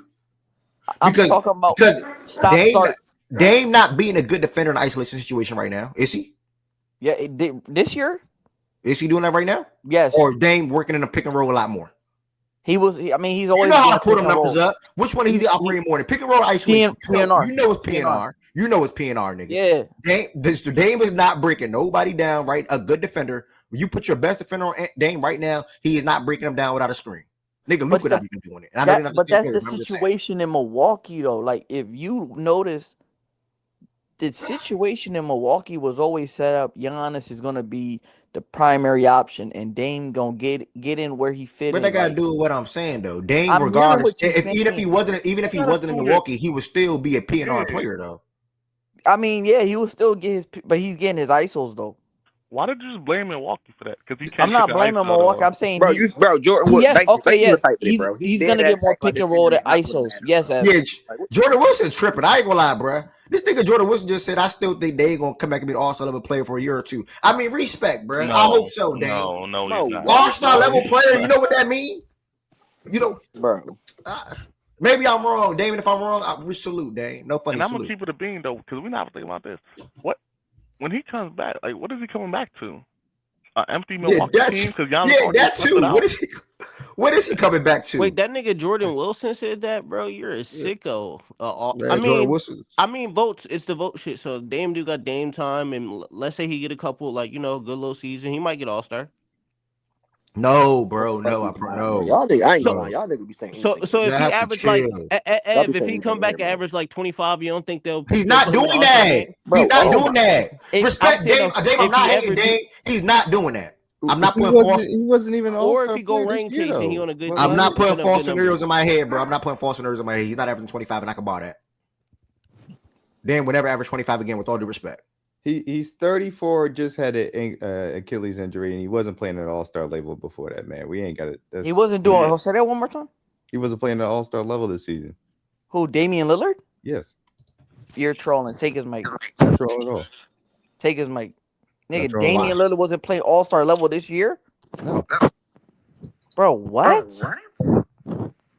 He was putting up 25 on 62 true shooting, one of the most efficient. We're talking about one of the most efficient pick and roll isolation downhill offensive players. What are you talking about? Bro, we not gonna see this man for another. Name 24 All-Star level players this season. What are you talking about? Dame's not one of them. I just seen Tyler Hero make the All-Star game, bro. That's so corny. I knew you were gonna go. I knew you He were gonna just run wanted to that shot at you. Yeah, I knew he was gonna run to that. He just wanted that shot at you. All niggas gonna run to. He just wanted that shot at you. That's what happened when you undeserving, nigga. Like, what are you talking about? Dame not All-Star level this year. He's gonna be 35 coming off an Achilles injury. He ain't touching an All-Star the rest of his career, and that's unfortunate, but that is the reality. To me, I think if he takes the entire next season off, then physically, and he's gonna come back 36 after an entire season off. No, because the thing is, because you're talking about the KD and the age, but the biggest thing why KD was able to come back and barely miss a step is because he took an entire season off. Like it was the recovery time. Like if he tries to come back next season, let's make this clear. KD definitely did miss a step. Different question. KD definitely did miss a step. No, yes, he did. Yes, he did. He looked the same because his efficient shooting. He definitely missed a step. What I'm saying is he came back and he was still arguably the best player in basketball. Because no, that's not true. He was not arguably the best player in No, basketball. I wouldn't say he was Okay, arguably so the we best. arguably the best player in basketball in the stretch. What do you? So we that's all a- didn't that's a watch the stretch. playoffs That's a after he stretch. came back from the. Okay, Bro, that okay, still fine. got nothing. That has nothing to do with him missing a step physically, bro. Like, it just don't. Yeah, that does not go. Like, that does not do anything. bringing up him being the best player in the No, best. no, that okay, has nothing to do with him physically. okay, I said barely, but He definitely missed. Go ahead. I'll wait. No. My point Nah, is he was definitely hooping his ass But off. why are we making a KD But we're comparison? talking about plays. Damian No, Lillard because isn't no, 7 I'm feet saying, because and I'm just saying like KD. What are we talking about? no, I'm saying I think if he again, to me, it's a recovery time when it comes to the Achilles. I think because now But I he's don't racing think against his age too. No, the age thing definitely Make matters. sure I like the video. Make sure I like the video. But to me, Damian Lillard, because you saying he was an all-star caliber, I'm not gonna lie, that's kind of crazy because he was Insane. It's fine. When He when for was sure giving- was. when he was giving you 0 on the defensive end. I didn't think that He's scoring always was giving you enough for 0 me on to the go defensive all-star end. So level. what the? That's just me. When How I much watch good games. defenders at the point That's fine. guard? You guys can do the numbers. I know he Is also Luka give you wasn't an anything on all-star this defensive year. end? I know he Yeah, also like the missed defense- games this year. I didn't think that he was an all-star caliber player in my personal Nah, opinion. hold That's on. just me. That's different than what we're talking about now, though. Obviously, for him coming back, and you say a year off, coming back at 36 off this Achilles. Yeah, he'd be 36 coming off the Achilles. Like, Wilson, I think can I ask you? Wilson, can I ask you a different question? What's up? Do you think that him or Kyrie has a better chance of coming back and making an all-star team? Dame. So the guy that's 3 years older, coming off a worse injury, you think has a better shot? I think these. I mean, to be honest with you, it's a situation that is going to matter the most here. Like, I think physically he'll be okay, but I think Okay, well, I'll ask you a different question. Who do you think will be a better player when they come back? Who you asking about? Is it still between Dame and Kyrie? Yeah, Dame and Kyrie. Okay, so Kyrie, but yeah, Kyrie's gonna be in a better situation. So Kyrie's more likely to be. That's not what I asked. But I mean, Dame's the better player, though. So I mean, I would probably naturally go with the better player. Right now, in Kyrie. I don't agree with You don't that. think- I you don't- disagree, bro. you I think ain't Kyrie's gonna a lie. completely I don't disagree. agree with that. Yeah, I don't agree with that at all. I disagree, bro. But the fact that you would bet on Dame being 3 years older coming off an Achilles compared to an ACL at 32, yeah, that's Oh yeah, crazy to shoot, me. no, He's you're not right. better than ACL. Kyrie. I forgot. I don't think he's better than Kyrie. I'm sorry. No, he's not better than Kyrie right now. You don't think he's better than Kyrie? Okay. Nah. I mean, it's not one of those that I'm like. Nah, right now. But again, and I don't take any pleasure in saying that. Like, Dame has been somebody that obviously has stuck it out in Portland, worked his butt off, and improved a lot as far as his career is concerned. So like, I'm not trying to like bury the guy, but now you betting against age and that specific injury for a small guard. No, I it's forgot not it's a the big ACL. bet to make No, in my Kyrie got the personal ACL. No, you're right. It's the ACL effort. Nah. I mean, it's just one of those things because obviously the age is gonna matter, the situation is gonna matter. But to me, as long as he doesn't try to come back early, then I think he's not. But they're not even gonna let him. Yeah, so he's not going to try to come back early, and it's not. Giannis on Bucks next year, and they're winning games. And, You said what, Lo? Is that Lo talking to us? Yeah, my bad. I said they're not letting Giannis come back early. I mean, they're not letting Dame come back early. I said maybe, I don't know, if for some strange reason Giannis is on the Bucks and they're winning games or something, and maybe a playoff pushes in their horizon. Maybe he might think Too about risky. it. Other than that, I really don't see why. He's not coming back on risky. an Achilles injury, bro. It's not happening, bro. I was supposed to say, and when you say, isn't Kyrie like a year younger than Dame, or like a year and a half or something? Dame might be 2 years younger. Kyrie like 32 or 33. Hey, Kyrie a year older than me. Okay. Y'all know what's funny? Yeah, Kyrie just turned 33. Okay. Why are they on TV? Why are they on TV talking about this? And this is gonna be hilarious, by the way. Why are they on TV talking about Nico? I guess. Well, I ain't gonna say Dave because it's Kenneth Perkins. He's talking about he see Nico Harrison vision because Luka getting barbecued out there and not playing no defense. This is the problem why I hate NBA media. Like, bro. I promise we don't got to get stuck on that, twin. I promise. Nah. I'm off for you, right? Nah, right. but shout out to Lodo. That can take us to the next game. But I promise we don't gotta get stuck on that. We can speak right to it in this game, though. Good lob, and a good pass. Thank you to everybody that comment on the Knicks and the Pistons game 4. You was about to let Tween intercept your live, bro. Nah, you wouldn't even lie. You wouldn't even lob again. You just be throwing random stuff out there. Yeah, And that hope was it a I ain't stick, bad gonna lie, man. that pass. was random as hell. I'm thinking Yeah, about you be throwing random stuff out there and We just hoping talking it stick, about gang. Dame Kyrie. You just threw a like, crazy ball. like that came out of nowhere. Like, But you talking about Dame and Kyrie, bro? What you mean? Like that could easily get pivoted off of. I'm not talking to you, Ed. I'm talking to nah, I'm here. Coach. I'm here. That was what Yeah. Dwayne said. I feel it. I'm here. If you were here, y'all, don't Like, you forget ain't to like got. that video. Hey, Next up, we got the later on, Jordan Fredo. Woods funny as shit, bro. That's more than likely on Playback, Fredo. Playback is probably gonna be looking like the NFL draft talks. Yeah, you want to do the whole 32 teams? That's definitely a playback thing. Yeah, that's Playback side of things. I am, like I've been telling y'all, I am trying to make YouTube go longer. So I'm not shying away from the moment when it comes to me having to talk about the NBA playoffs on inside of YouTube, even if I'm by myself. But I do want to shout out to Low, but everybody that's on the stage. I'm not going to say all y'all names. Everybody that come on the stage to talk about the games from yesterday. Next up, man. This a disappointing series, man. And I'm mad at myself because, and I'm being so serious right here. I'm mad at myself because I let the Phantom get in the way, and I'm not even trolling. I let the Phantom get in the way of how I truly will properly assess the series. And obviously, when we did the top 10 players, it was dominated by Wolves players. Being in the top 10, and me, Swiper, and many more people spoke to why the Lakers still win the series because Luke and LeBron, the things that they can do on the offensive end, and the levels of heights that they can reach from an offensive standpoint. First and foremost, with that being said, I do want to give Ant super duper credit for how he's grown as a player, because that's what I'm noticing most in this series, for how he's growing as a player, and also how well Julius Randle, J Mac, and company, Nas Reed and company's performing. I'm gonna be sure real quick. Show you got a background. How they performing. Two things.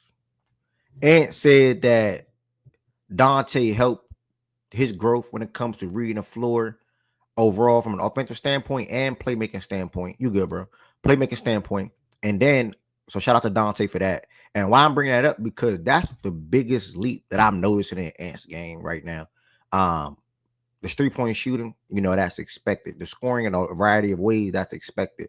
But the playmaking, the being under control, really not getting rattled and or sped up is what's sticking out in this series. And on top of that, he's following it up with only 6 turnovers through 4 games in this series when he's commanding all the defensive attention, literally. So yesterday's game, super duper credit to Ant in the Minnesota Timberwolves. I 1000% thought the Lakers was going to win that game. I thought they were going to win game 3 and go up 2-1. Once they went down 2-1, I thought they were going to then even out the series and go 2-2. They had a chance. I want to make that clear first and foremost. The Lakers had a chance. The Lakers came out and played like any other game this series. You had your good first quarter. You had Luka go out there and give you 13 points. And not even just Luka this time around. You also had LeBron follow suit in the first half. I want to give Luka and LeBron credit for their first half. But I tweeted in the game, first quarter, first half, I'm like, damn. Luka and LeBron playing like this was the best first half LeBron and Luka played in the entire series together, probably all season in a little short tenure together. Both of these guys was really good offensively. And why? Because Luka was attacking, scoring from inside the paint. More importantly, what he's been doing since he's been in the Lakers, shooting the ball well from 3. And then LeBron took a shift in his game. Okay, game 3, I'm going to give y'all a 3-point shot. Game 4, I'm going to get to the line. LeBron shot 14 free throws in the first half. So it's like they was feeding off one another. LeBron is getting to the paint. LeBron getting fouled. LeBron scoring that way. Luka's scoring all around the court and giving you 21 in the first half that way. And then at that point, I think Minnie went into the half down 6 or 7. So right then and there, I'm like, damn. They playing like this and Minnie's still like right here. You know what I'm saying? That was an issue for me. Obviously, for anybody that do not know, Austin Reeves only played 11 minutes in the first half because he had 3 fouls. Why I'm bringing it up? Because that matters. It's just not easy to just get yourself in rhythm and just pick up. I do also want to give up. Wolves are up 3.5. Thank you, Jordan Wilson. Yeah, I did that. Bro. Yeah, the Wolves are up 3.5. Thank you, Jordan Wilson. Good, correct. It was 61-58. I want to say. Thank you, my brother. Yeah. So LeBron and Luka had that first half. Furthers my point, and they were down still because Randall hit a 3 over Luka before halftime. That's what happened. Yeah, they gave Randall, up that yeah, run at the end of the second quarter. It was like just a minute run too. That was really bad. They had a bad sequence there. yeah. So that was that, and then man, I want to give Rui credit because I truly feel like, and I tweeted this again, like the Rui game, like the Lakers got a Rui game. Like Rui was really good for the most part in this game. I got nothing bad to say about Rui, in my opinion. 9 for 16, 41 minutes, 5 for 10 from 3. He excelled in his role. 23 minutes and 5 points. You want that out of Rui. Austin Reeves, he still followed up with 17.7 rebounds and 4 assists. I think majority of that came, I want to say probably the third quarter. Yeah, he had 11 points in the third quarter, along with Rui scoring 10 in the third quarter. But the issue was the Lakers had that bad close, like D-Mac just spoke to, right? The Wolves had that good close, and then the Lakers came back with like, all right, let's stop fucking around. They came out and had a good third quarter, like a really good third quarter, and then it was like sort of kind of like of a bad close to that third quarter just a little bit, but I still think they had like an 8 to 10 point lead at some point to close that third quarter, even at the start of the fourth quarter. And I'm saying in the playback, give LeBron 2 minutes. Like just give LeBron 2 minutes because there's no way in hell LeBron gonna be able to have this game that he's having from an offensive standpoint and that be able to carry on in the fourth quarter. Give LeBron 2 minutes. Luka, I knew Luka had to play the whole second half regardless. Like I knew Luka wasn't gonna come out that game, but give LeBron 2 minutes. Give him 3 minutes at best. JJ said as I read this morning, they talked to the team. The decision was made at halftime. They're gonna start the second half together, and they probably gonna play the whole game. And if you need a sub, just let us know. Now, what player's gonna really say, yeah, I need a sub? Nobody at that moment hearing that's gonna say, yeah, I need a sub. I don't like that at all, bro. Like nobody gonna say that. LeBron clear as day needed a sub. Exactly. Like, clear as day. And again, so that's worse than anything Darvin had. Who do you think? Who do you think? And I agree with you. For the That's not true. Who do you think should have been the guys that maybe like it's only DFS only two names? Warm by only 2 names, bro. Any warm by, I really don't care who the sub would have been. Like I think that's irrelevant to me. Like, okay.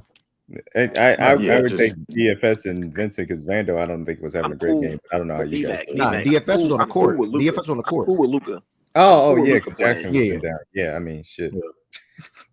But my Luka playing that many minutes, bro. You gotta get Brown a sub because bro, he was too active. He was playing both ends of the court. Yeah, exactly. Yeah, like Brown was super active on both ends. So like you gotta give him. Yeah, Brown gotta get.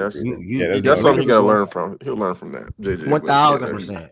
You don't put a decision like that, bro. Because bro, I can't say no players gonna be like, nah, I need a sub. Exactly. I was about to, bro. I played basketball damn near my whole life growing up, and you know what it's like when you want to be on the court as much as possible, right? You want to be on the court as much as possible. No Laker player in that situation is going to say, especially LeBron James, even at the age of 40 years old, we're going to say, yeah, JJ, I need one. Because it was too big of a game. LeBron knew how much was on the line going down 3-1 and how tough it is to come back from that. So I knew what time it was with his minutes while he was in the first half because he come at the 6 minute mark. He didn't come out, nigga, in the first quarter. Nigga, I've been peeped the adjustment in the first half. LeBron and Luka played 20 to 24 minutes in the first half. I tweeted it. Yep. That's when I peeped. I'm like, oh yeah, I see what type of game it's about to be. So then that's when I knew LeBron needed a break because they were going to basically play the whole entire game, which they did. So exactly. And I could see if LeBron was on his bullshit on defense, taking plays off here and there.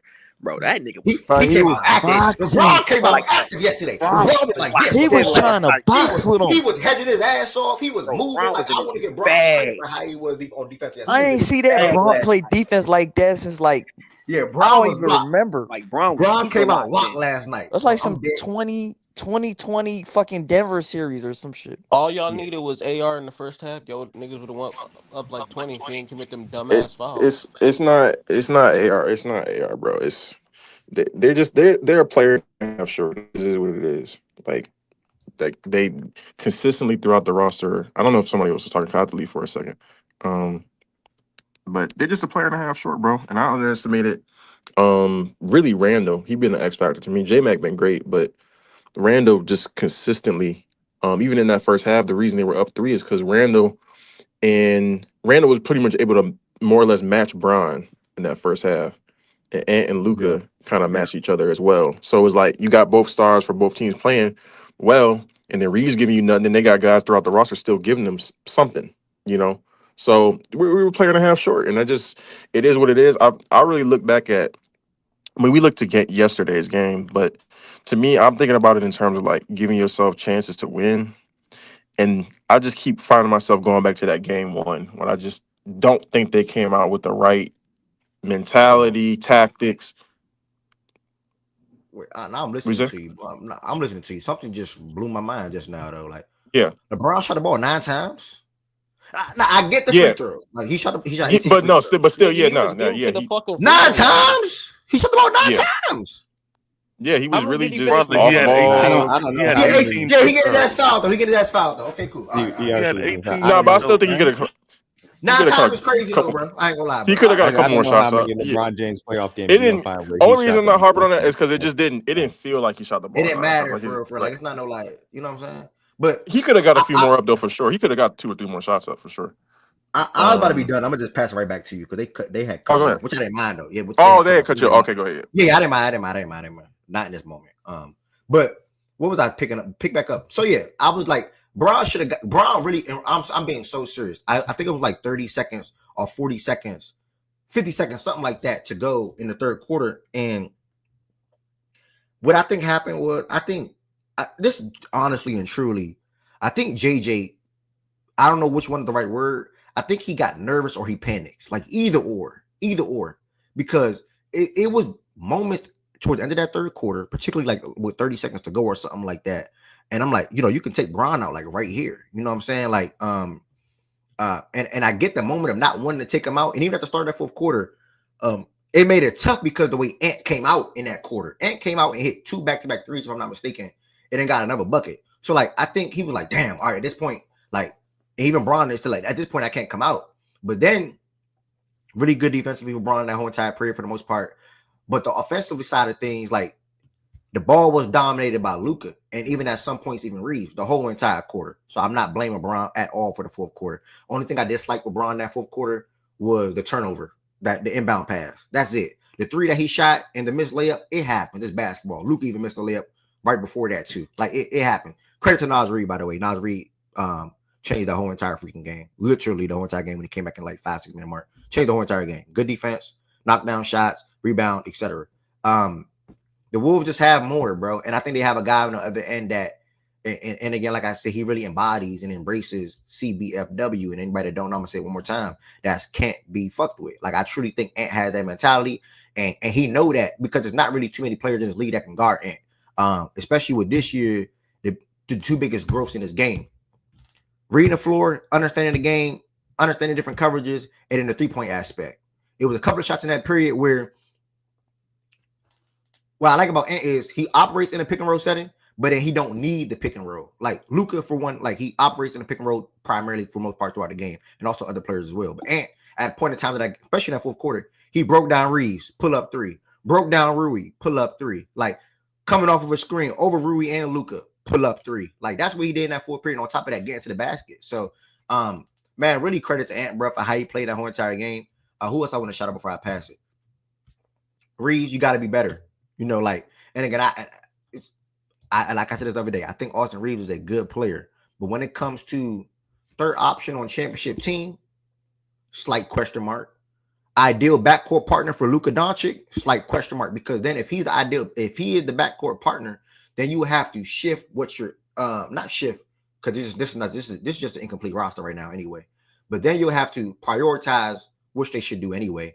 The type of wings / big man that's around Luka and Reeves. I just think that it'll be easier to trade off Reeves potentially, because one, the value he has on the roster and what he could bring back, and then 2, I'll just stop right there.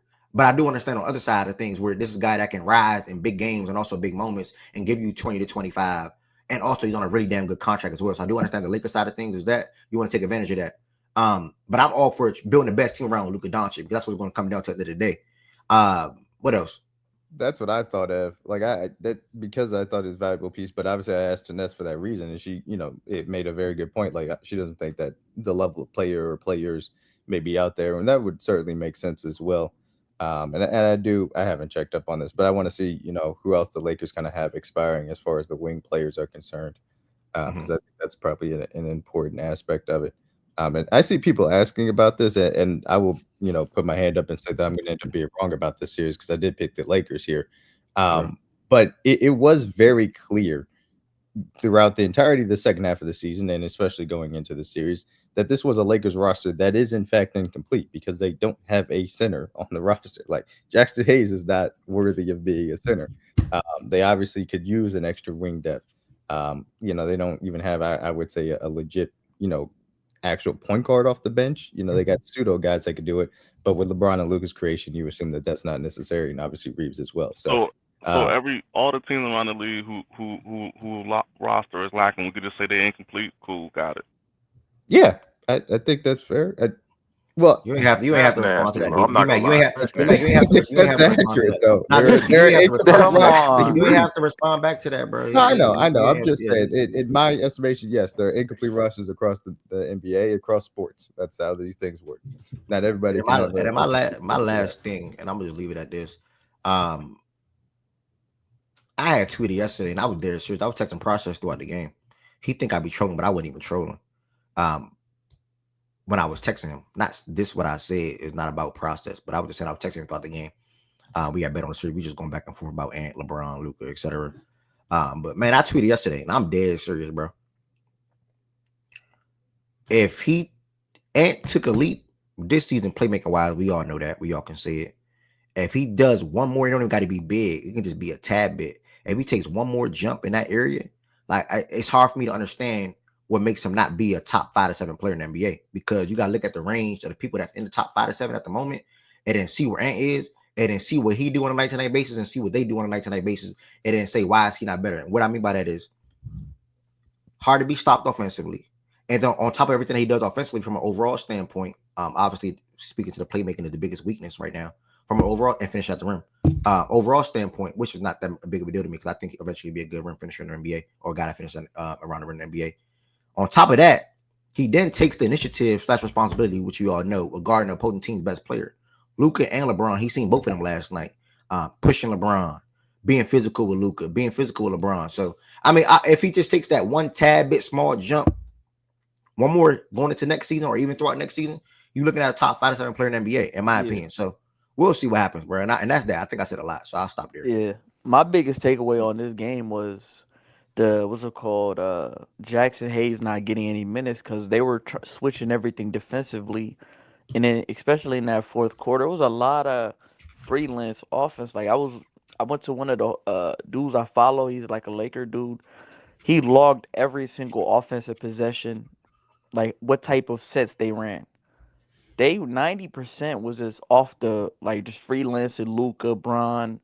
It wasn't really anything. It wasn't no horns, no real sets. They didn't go to their X's and O's, their P's and Q's, what they've been doing all year. I And do I've want been to saying say, it. you won't Oh, go continue, ahead. but I do want to say they did do horns, I think 2 times or 3 times back to back in the fourth quarter. I ain't gonna lie, the Lakers, it was so what the Lakers like to do when they call a timeout, they like to come out of the timeout, and either they're going to have Braun in the corner and come off of a screen, get into the basket, which he did yesterday, one time in that fourth period. And I can't remember if he missed the shot or got fouled or what happened. I can't remember. He missed the layup. Yeah, he missed the layup. That was after a timeout. And then the other 2 times they ran horns. That's Braun and Luke at the free throw line with Reeves bringing the ball down. And can't remember what happened there. Outside of that, though, Twink, you're spot on. Like, they didn't do nothing Yeah. else. Like, literally nothing else was Yeah. called. Nothing else. Yeah, I appreciate you bringing it up. It was just like a lot of, you're relying too much on talent. With JJ Redick, his playbook is deep. Like, I don't know what's going on. You had the lead. You had the, what's it called? The momentum. When Ant hit them back-to-back threes, they called timeout. You just said it. They went to that action. They was generating good plays out of those actions.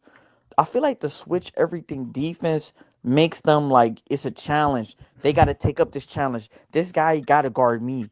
It's a mental thing. That's the problem with the switching shit. Luka and Brown are so good offensively. They think the switch shit is gonna make them a mental battle between me and McDaniels, me and Ant, whatever it is. It's like what's the shit? It's like psychological. You feel me? Warfare, no funny. Like this real life. So they try to outskill them, they try to outshoot them, and it didn't end up working. But that's all I really had to say. Um, we talking about yesterday's game, kind of what I was saying before. I just found myself thinking about. Yeah, I'm gonna talk about yesterday's game too, but I keep finding myself going back to game one, where I just don't think they came out the right way. from a tactical standpoint, effort, all that standpoint. And so these last 3 games, I think you gotta give yourselves as many chance to win in a series as possible, especially when clearly me and others underestimated the discrepancy of the talent deficit throughout the roster, like as far as the physicality aspect of it. So if that's already the case, you gotta give yourself as many chances to win in a series as possible. And I felt like the last 3 games the last 2 we've lost. We won game 2. I don't feel like we really gave ourselves a chance to win coming out to start the series. So that's the one thing I kind of find myself getting mad at. But to yesterday's game specifically, I feel like um it's weird because I just feel like we down the stretch. I feel like they just missed shots. Like, and I don't want to oversimplify it to that, but I mean, Brown missed a layup, Luca missed um a regular little free throw line or elbow like open midi that he normally makes. Luca missed a layup. Reeves missed some open looks. Brown missed that, even You though that speaking just on the offense right now? yeah, because me personally in this series, I don't think the defense is the issue of why we couldn't win the series. That was never going to be the reason why we won the series. It's the offense, and the offense didn't have to be perfect, but in too many times, they're just, and it goes to what I said to start the playoffs. Even though I didn't think it would bite us in this series, a lot of this is going to come down to who makes or misses shots, and that just sounds very elementary, but that's kind of what I felt like that game came down to. There were crucial possessions, obviously, but the open looks that I mentioned, Reeves, credit for him for bouncing back in that third quarter and to start the fourth, but he took 2 awful shots in that fourth quarter. The one where it was him trying to go band for band with Ant twice. Like the one in the left corner after Ant hit a 3, where he tries to ISO Ant, he ISO'd the whole possession, took him to the corner for no fucking reason and tried to shoot over. I'm like, what are you doing, bro? It's no, and that's the type of shit I be talking about where Will's got a good defense. You look at that possession, that shit had nothing to do with the Wolves defense. It's just ISO ball mentality type shit. And then the other one on the right But wing. that does though, Jordan, Hey, because can you go to the play by play that's real what quick? they want. That's what they want you The to what? The do. what? Like the last time But stretch. Tez, I get that's what they The play want. by play. I get them wanting to do that, but there is something to be said for players just not approaching possessions the right way, regardless of what the defense is doing. That was what that particular one felt like. I get you overall Okay. from an overall standpoint, but Go that was go one of go them where down. that was one of them hijack moments, in my opinion, in that particular one. But a lot of the other ones, yeah, for sure. That's just what the defense wants you to do, for sure. But that one, and then the one on the right wing, them two just felt like hijacks. And the reason I really also feel like that, it was because like I think both of them came after Ant had just made big shots too. So it's like you trying to come back down and match what they just did on the other end. Like, no, just play basketball. But Ant really impressed me so far this year. I agree with what you said about the top 5 to 7 thing. If he continues um to improve in those areas. I think that Randall, if Randall can just keep this role up and is comfortable in this role and not being, the best player on the team, or not every night having to go out and get 25, even though he's playing really well in the series. And I think he can be a really good contributor to a good playoff team. Now I do want to see him against a team with better defensive personnel than we have to really solidify that. But nonetheless, he's been very impressive this series. Yeah, I think the Jordan. Reeves thing.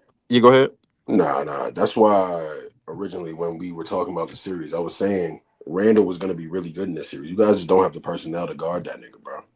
Yeah, And that's fair because you're not gonna ask somebody like LeBron, and he played well with LeBron in that one game in particular. I think it was game yeah, 1, but you're not gonna ask somebody like Brown to guard him consistently when he's got to play well on offense as well. And it's similar point to what I think. You just made me think of something with Reeves to what Ev was saying. I hear you on the trade thing, Ev, but I think part of what's affecting Reeves in this series, because again, I think he's still getting to his spots. I don't think how they're defending him is the issue. I think it's the fact that on the other end with the lineups, he's consistently put in positions where he has to defend bigger, stronger people, and I think that takes a toll. I think I that's like what that. I think that's what it is more so. I think it's just a trickle down of the personnel discrepancies. Now you could say, do you have to trade him to bridge that gap? remains to be seen. But I think there are enough other things you can do to alter the roster to where you don't have to necessarily get rid of him to bridge that gap. Because that's what I'm seeing. Like nigga getting bodied every time down the court. Can't count how many and ones he's had on him because he's just trying to stay in position with the guy, and the guy just overpowering him. So I think that's what's happening with him in the series because he's getting to his spots. He's getting open looks. He's just missing. Like I'm gonna he's keep not. it a being the Timberwolves kind of determined that Austin Reeves can't as a whole unit like J Mac when he sees him, when Randall sees him, when Ant sees him, like it's just as a unit He's too small, and part of that is like I don't begrudge. It's not like he getting cooked by like a guard or some shit. Like these are just bigger, stronger, and they're also two talented people. Like it just is what it is. Like he gonna be put in that position to defend them. It's raps. It's nothing he can do physically. It's nothing he I can mean, do. but and this is to ask you a question, Jordan. So that's not gonna change. Like, you're not just gonna wake up tomorrow and be bigger, stronger, faster. Yeah. So not necessarily for this series. I don't know how you feel. I'm pretty sure that this series is over to me. But just moving forward to the future, like, with him as your third piece, right? Like, how are you gonna navigate that? I think you just need I really just think you need some semblance of rim protection because I think it gives guys when these dudes drive right now, not only are they not worried about overpowering Reeves, but once you get past him or through him, there's nobody at the rim. It's like there's no last line of defense.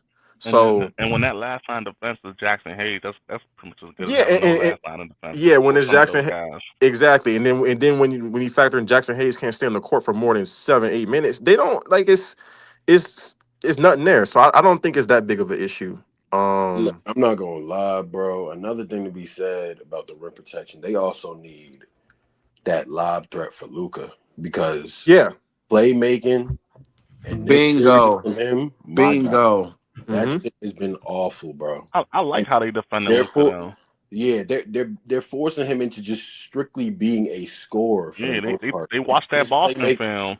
Yeah, his playmaking has been non-existent in this series. I think he's on 22 Good. to We 18 assists. talked about that before the series, bro. Yeah, I told we niggas talked about last it. year that was the difference in that series that niggas was not trying to speak on.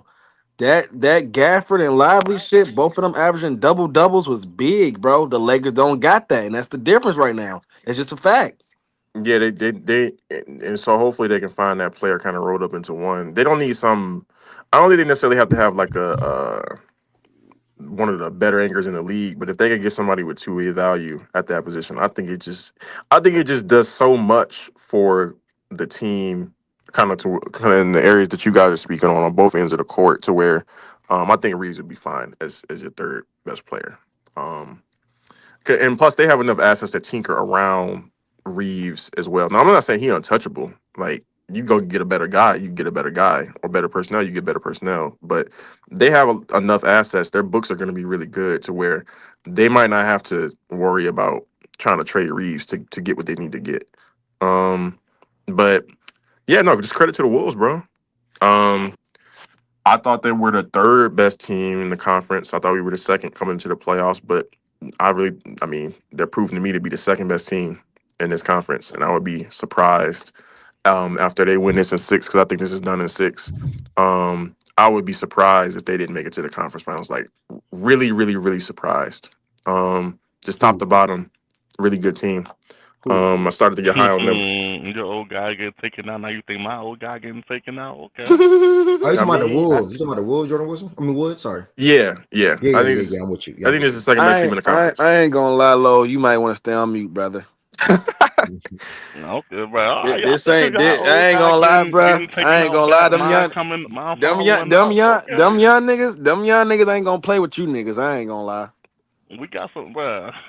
Okay, we got something for them, bro. Don't worry about that. Last thing I say is, I ain't gonna lie. Let Jimmy be healthy. I don't give a fuck about them dumb niggas. You think I give a fuck about a Julius Randle nigga?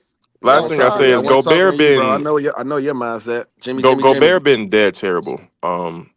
I don't think that should. I don't know what that doesn't really mean much for the series because they're still winning, but he has not been good. So, I don't know what it means moving forward Nah, for I ain't gonna hold subsequent you I series, though. thought but he he's been was. bad. I I ain't thought gonna he hold had you though. As one bad good as game he's and the been, others have been ass. And Jordan. Jordan, I that's thought he. another I thing. thought he That's was. I another thought he thing I was brought up. solid game one, staying on the court defensively. That shit has got cooked and cooked and Yeah, cooked. no, he's just terrible right And now. and that's another thing I brought up because like we were talking about the series and how the Lakers small ball was like the secret weapon or whatever. But then I also brought up the T-Wolves small ball lineup has been their best lineup all year. Like they've Yeah, been Yeah, killing and teams yeah, and I with and I think that that's brought. same what lineup. the And switch up kills. during this series, it looks like their small ball lineup has been better than the Lakers. But Because you know what it is, the thing Goods. about it, they're Their not There's boy really small a ball. Nas Reed. they're Their not really small a ball small lineup. hold on, ball let him Damn, finish team. his T, let him let him finish. finish. Dang, God. bro. Damn. Good No, was it's fighting cool. through the It's cool. screen and T Let was T still let T go. fighting. Let Like, T go. It's cool, bro. It's cool. Let T go. No, you said what good? Good trying to fight through the screen. Nah, T T but was holding fighting them. back. Because Like, I want to respond to damn. the point he about to make.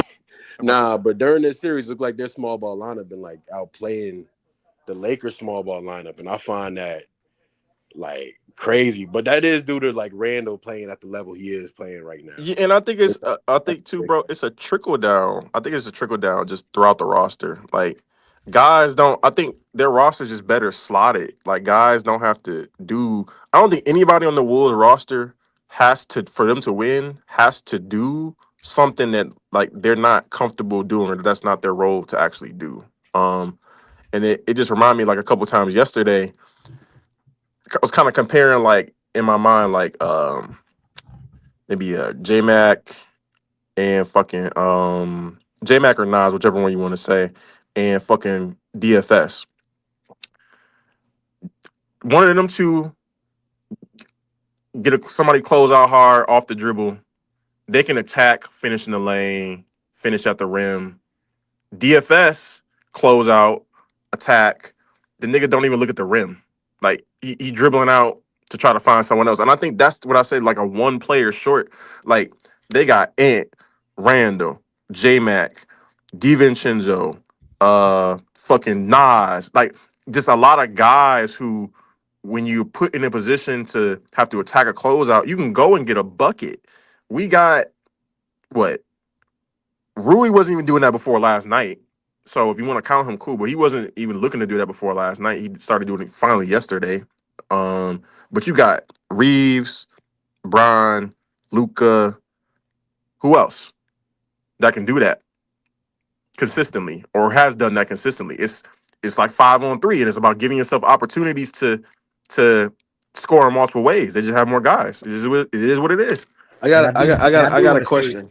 oh my bad. Oh, go ahead, No, brother. I do want to say one thing. Two things actually. Danielle, I like when you in here, you be rocking. You always in playback. Good comment. I'm not mad at this. Lakers fans, real quick. How y'all feel about her comment? How y'all feel about the comment on the screen? I don't know if you 1110 and I have been talking It's a about no Goga brainer. Batadze for a year and a half. Yeah, That's a no. Goga That's a a no really brainer. good screener. Like we've He been could we've been fanning out over Goga Batadze. I've been wanting Goga on this roster. That's a 100% agree with that comment. Yeah, he don't even and I play for the Magic right now. Like and I do want to say my last thing. How I not bring this up? Luca is god awful on defense. Like I mean, Luca is just terrible. Like Luca was terrible yesterday. I mean, off I mean, ball we already terrible, knew this. off ball terrible, on ball terrible. I mean, it's a real issue. So I mean, I don't know, bro. I just needed to get that off my chest because I think one of the biggest moments of the game fell on Luca because you have Nas on the island. Oh, I know what you're Yeah, you have Nas on the island. You get by Nas. You go layup.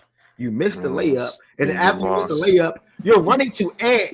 But I don't even know And what he was Reeves even already. thinking. He Yeah, got he already lost. did. Yep, Like yep, Reeves that was already there. ridiculous, bro. That's the yep, game yep. right there. That's a 5-point swing, like Jordan Wood said, bro. Like it's ridiculous, bro. But go ahead, hmm Ted. Just I got a question, and I was just about to bring that up too with the facts be layup, more and facts. where I thought where the Facts be game was. more. Would be more. Just said I agree Yeah, with, but facts. he's not gonna be no type of floor raiser at all. You gotta have good personnel. Go ahead, Ted. No, I was gonna say I was gonna mention what Ev just said too. What I think we spoke to it last night, where I think they lost the game, but to me, I'm gonna ask this question and see if y'all agree, because I honestly think this is where the game could have been lost when the Wolves came out in that third quarter. And before Ant hit his spurt, remember the Lakers didn't score a point until Ant started scoring. And I think that little stretch right there was their moment to take that from 11 to at least 15 plus. And I think the game would have been out of reach. But the fact that they got stalled on offense Oh yeah. due to what y'all was saying, it turned into one-on-one ball. Like we also said what happened in the first game. They went back to that yesterday when they were up 11 points, but they weren't scoring. At least game one, they were scoring. This game they wasn't. And then they let many, to me, like get too comfortable. Like, okay, y'all, we down 11. His Must got a mic went out. call. Yeah, Must he got a went out.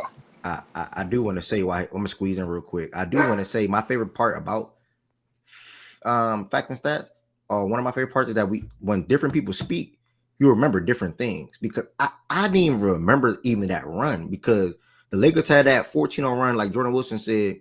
And as I'm fact checking after what Ted just said, they went 3 minutes without scoring a field goal. You 3 talking minutes about without after the scoring a run? point. Yeah, after the run. Yeah, because they punched right back. And Yeah. that's what Ted is speaking to right now when he come back up here. 3 minutes without scoring a field goal. That's a good shout out by Ted. It's like they do the right things to get up, Y'all and can hear then they me? revert back. Yeah, To, in My fault. facts. I got a call. Damn, what was I saying? The run. about the The run to run, the start the run, third. After we fast. made our run to start the third again. Yeah. So, and I feel like in that time span right there, they was already up 11, but they weren't scoring, and I feel like they let many get to a point where it's like, okay, this shit ain't over. Like y'all niggas don't want to take it, so Yeah. here we come. You feel what I'm saying? And then right then and there, when he hit them back to back 2 threes, I'm watching the game like, man, this nigga about to wake the fuck up, bruh. And you felt it, like you felt it during the game. And then remember they hit the first three. Then the Lakers started scoring. But at that point, you were supposed to already been up 15 plus, damn near close to 20. But you stalled out, like you stalled out and let them get comfortable. And I think from right there, bruh, it is what it is. And I told you last night too, Evan Jordan, like.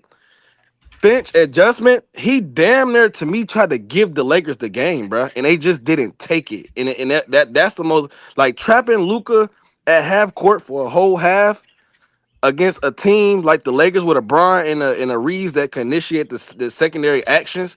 It's not a recipe for success, bro, especially with the Wolves team. I Cause they Nah, think but that. the trap was working, but what JJ did is he put Rui in the middle, like of Mm-hmm. after they trap, he put Rui in the middle because Rui's probably the best. Other than the main three guys, he's probably the best at attacking. But they had to, bro. Which is true. But when I'm watching it, the advantages were there. Like they're doing all of this when Rudy is in the game. So the advantages were there. But it's just like they just didn't take it. Like they didn't going up 11 2 times. It's no way in I hell think you to lose me, that game. what It's you're no way in talking, hell. what you're Damn, speaking to, as far as uh, going up, I look at the first half, bro. There's no way in hell we should have been trailing at the half. Like Yeah, that that too. that shit is inexcusable. Yeah, that's a fact. And Yeah. I tweeted at the time, bro. Like they lost Go to that part of the play-by-play real quick, Ed. The bro. They end of the second quarter. between the last 2 minutes of the first quarter and the last minute of the second quarter, I might have it reversed, but 3 minutes of basketball between the two quarters, in the first half, they lost by 15 points, just in them 3 minutes. That's to me, that's the game. I'm like, oh shit. They ended that quarter terrible. That missed layup. I can't remember who missed the layup Come on. to go up 12. Who missed that and I'm not gonna Was it lie, Bron? and I'm It not gonna might have been Brian. and I'm not gonna lie. The Lakers, I think they went into like this zone. I don't know if it was in like late third or early fourth. Mm-hmm. They went into that zone, and the T-Wolves, they were having a tough time scoring. Yeah, You know I what knew happened? immediately once they brought in Nas yeah. and Nas hit that top of the key three. I was like, That's yeah, it Bro, was might that be. the one with the commercial That break? was Yeah, I think that was the crazy. first one. Yeah, I Yeah, think that was the yeah. first that one. was Bro, Ev that and was I a were great talking one. yesterday. He shot that shit so quick. Like I didn't even see it. I ain't gonna lie, I didn't see it. I they didn't see didn't. They barely showed the shit. it. But for a lot of people who shit on Finch, when he tried to overforce Rudy, but then when the Lakers went to that zone and they had Rudy out there, first thing he did on timeout was get Nas in the game and get Rudy the fuck up out of there.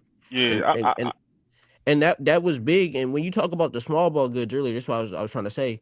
It's a lot different when your small ball is like 6'11" at your big and can Yeah, move, and he's not in a corner. He's actually setting a screen at the top of the key.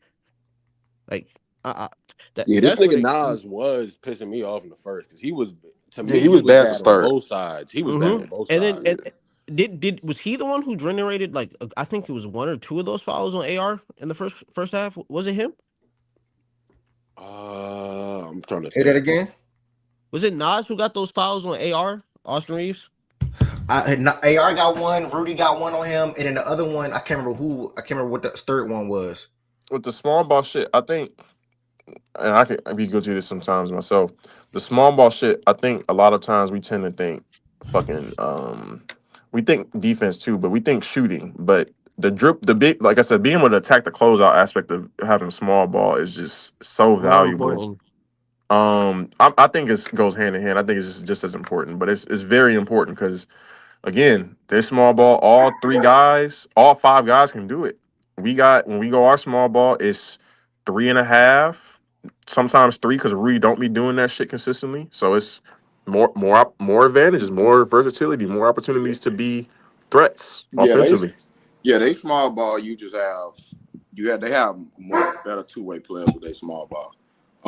So that's a big factor. But another thing too, I noticed down the stretch, even within the game, and they'll probably remember this because I said this could be a key factor in regards to Minnesota and how they guard Luka. I brought up Julius Randle. I said in spurts, Julius Randle on Luka. Yeah. That's not something I think Minnesota should be scared of. Julius he have enough lateral quickness and he got a strong enough base, obviously, to where he can stay in front of Luka enough. And Luka kept time and time again. Another thing too, when they first made this trade, I was telling Twin, Luka and Bron pick and roll is redundant. All teams gonna do is switch. If you remember when the trade first happened, because Twin was like, Twin was like, oh my God, Brian, Luka and Bron pick and roll. I'm like, no, love, they just gonna switch that. Any team with a solid enough personnel, they just gonna switch that pick and roll. And Luka kept calling for Braun pick and roll, and Julius Randle was guarding Braun. Guess what? Julius Randle just about to switch that. Dante DiVincenzo is the one you need to be calling because when in the first half, DiVincenzo was guarding Gabe a lot. So okay, Gabe, you come be the screen setter. Reeves, you come be the screen setter.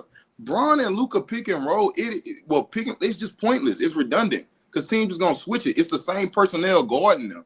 So that's just an easy switch for a team. I think to that point too, Byron. But I think you call, and this is why I said the last year Biz was a big factor in the World Series. I think when you call Brian, I think that's gonna be your hardest screen to get over. Yeah, you can switch it, but the whole point of Luka spamming Brian is to realistically, bro. Let's be honest. It's to get J Mac off of him, bro. Like that's the whole key to me of what this is, because I feel like he's yes, J Mac is thin. He's not big to the point where he can just stay in front of Luka, but he's given out of everybody else, he's giving Luka the most problems with his lateral quickness, him being to cut off driving lanes, him being to cut off these different angles, and Luka just hit some tough ass shots. But I think calling Bron, you're gonna get your hardest screen. And now I know a switch is coming. Now that's Julius Randle, that's Ant, that's Rudy Gobert, whoever it is. I think his whole motto, bro, Nas, you feel me? Whoever. His whole motto, J Mac, I want J Mac off of me. Like I rather go against a bigger, stronger dude, but he not as fast lateral than a J Mac. J Mac cut off driving lanes, bro. Like I ain't gonna, he does. And I don't think you saying Luka like right or wrong for doing it. So I'm gonna like preface my statement by saying that. No, I'm not. Because I agree 100%. He do want J Mac off him for the most part. That I think that's a big part of why he just called for screen anybody. And Braun probably the best screen setter. For me, it's just like, okay, that's what coaching come into play. In my opinion. You save Luka. Bingo. You Bingo. save Good Luka from shit. himself. There's nowhere in the world you continuously keep attacking somebody like Julius Randle. Because get J Mac off me, but to what? Like after J Mac, the drop off in regards to him and Julius and staying in front of Luka is not a big crazy drop off in terms of what Julius Randle can do on a perimeter guard. It's not a big drop off, and that's what coaching come into play. You gotta tell Luka, stop calling for Julius to come to you. It gotta be a Dante. It gotta be a Nikhil Alexander. Somebody smaller. Because again, once one of them smalls, Dante or Nikhil, get on you on the perimeter, bro, turn your back. Not you not trying to attack. Oh, face up, boom, boom, boom, boom, boom, because that's Nikhil bag. He not gonna let you get around him. But put your back to him.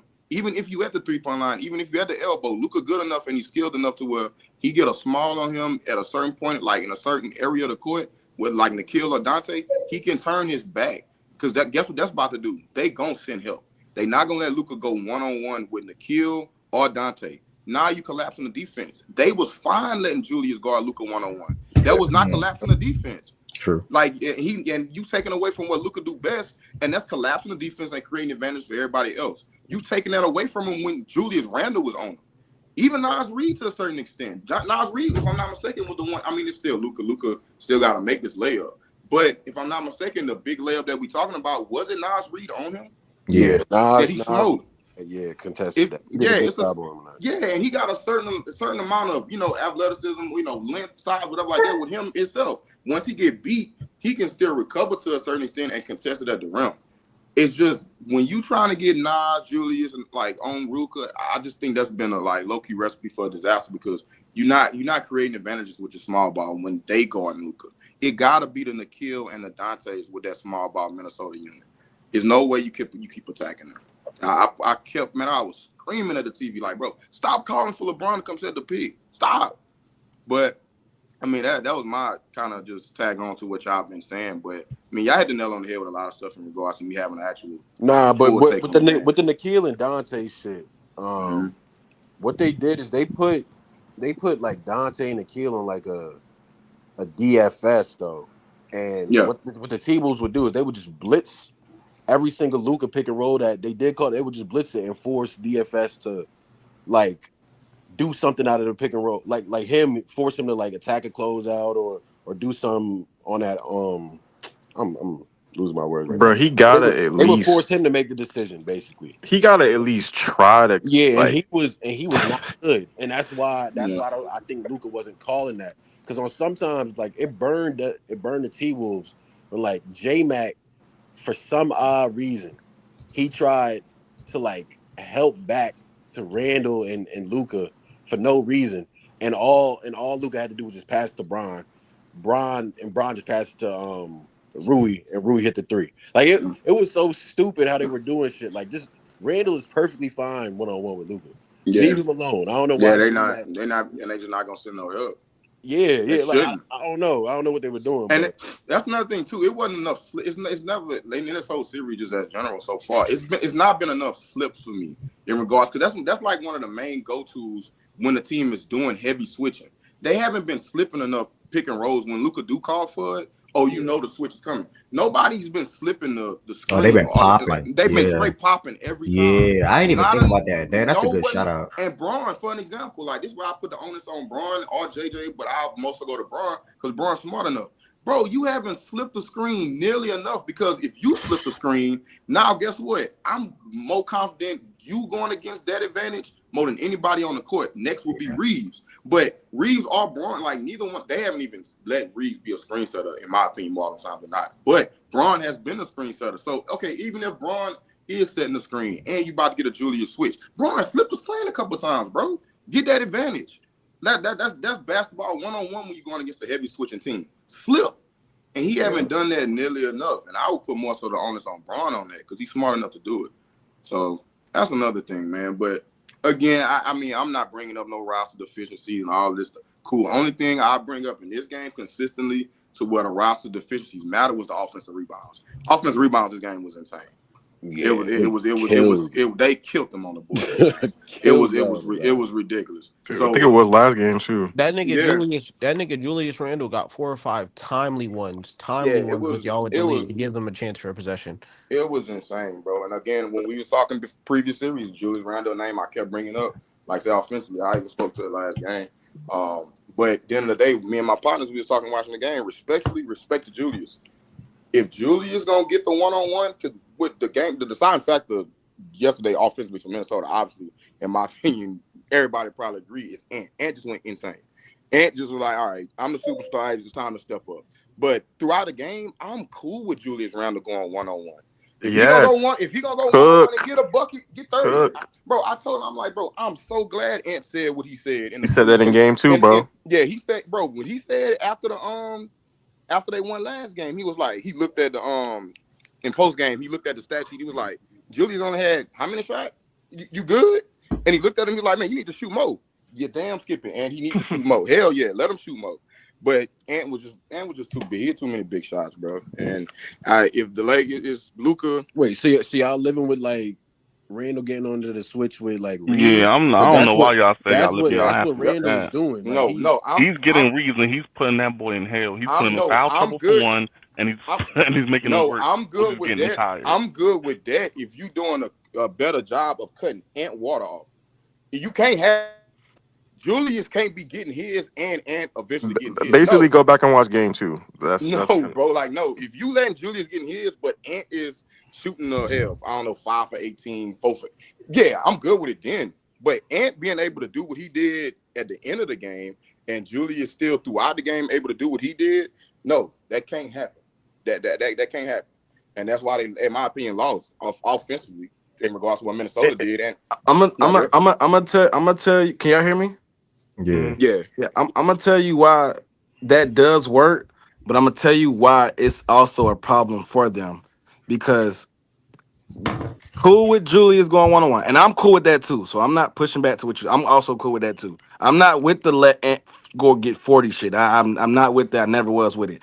But the issue with that to me is that you also got J Mac playing the way that he playing too. So it's hard to just try to scheme it out and just say let Julius let Julius go 1-on-1. And I think Jordan just preferred this too. Even on kicks, J Mac ain't just catching and shooting. So he's been in the defense at a very, very like good, like it's good. What he's doing is good. So it's like it's hard, bro. Because now if you go 1-on-1 and you do see a little nail gap, and it's a kick, it's not with many. It's not just a catch and shoot. And this what yeah, y'all nah. was also saying. Yeah. This is what y'all was also saying 5 minutes ago. With them niggas, it's not just a catch and shoot. These niggas can catch the ball and put the ball in the fucking basket and also get to the rim. So I'm Nah, my bad, gang. Go ahead. My bad, gang. so like I said, I'm not pushing back to you saying let Julius go 1-on-1 because I agree. The problem is you got them other niggas as well that's also playing to a high level that balance and cancels out all the other shit. That's just my opinion. Now, if J Mac wasn't giving you what he was giving you, Nas Reed from time to time, Dante from he kind of had a bad series, but he get little buckets in spurts. Let's just say in spurts. If the other things Dante wasn't last night was super effective on the defensive end more than offense. yeah, so but to my point, if them other guys are not giving you what they giving you, then I'm 1,000% let Julius go win you the fucking game. Cause he ain't Ant. I'd rather let Julius go do that shit than Ant. But it's just hard when them other guys are also playing the way that they playing as well to just say let them niggas go do what they do. That's just me. J Mac. See, the thing is with J Mac, not to drag it out here, but the thing is with J Mac though, J Mac the previous game, they was playing his 3-point shot a lot. They was closing out hard and he was attacking the closeout, getting to his 2-point spot. Whereas this game, J Mac, outside of the 2 threes he hit, he was doing his damage.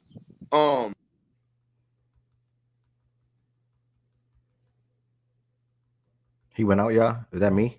Yeah, he Thought probably he got was called. thinking. I'm Hold like, on, wait, is that me? y'all can hear me? All right, you hear you now. Okay, yeah. So like J Mac was doing like his work, like a lot of his scoring, which he had 16 if I'm not mistaken. It was like dirty work. It was dirty work stuff. I don't think people would stand attached to J Mac. Like say once a Julius shot went up, like J Mac was just doing little small stuff to impact the game offensively yesterday. Obviously he is who he is defensively. But he stepped up to the challenge to a whole different level yesterday, even talking shit to Luke and everything.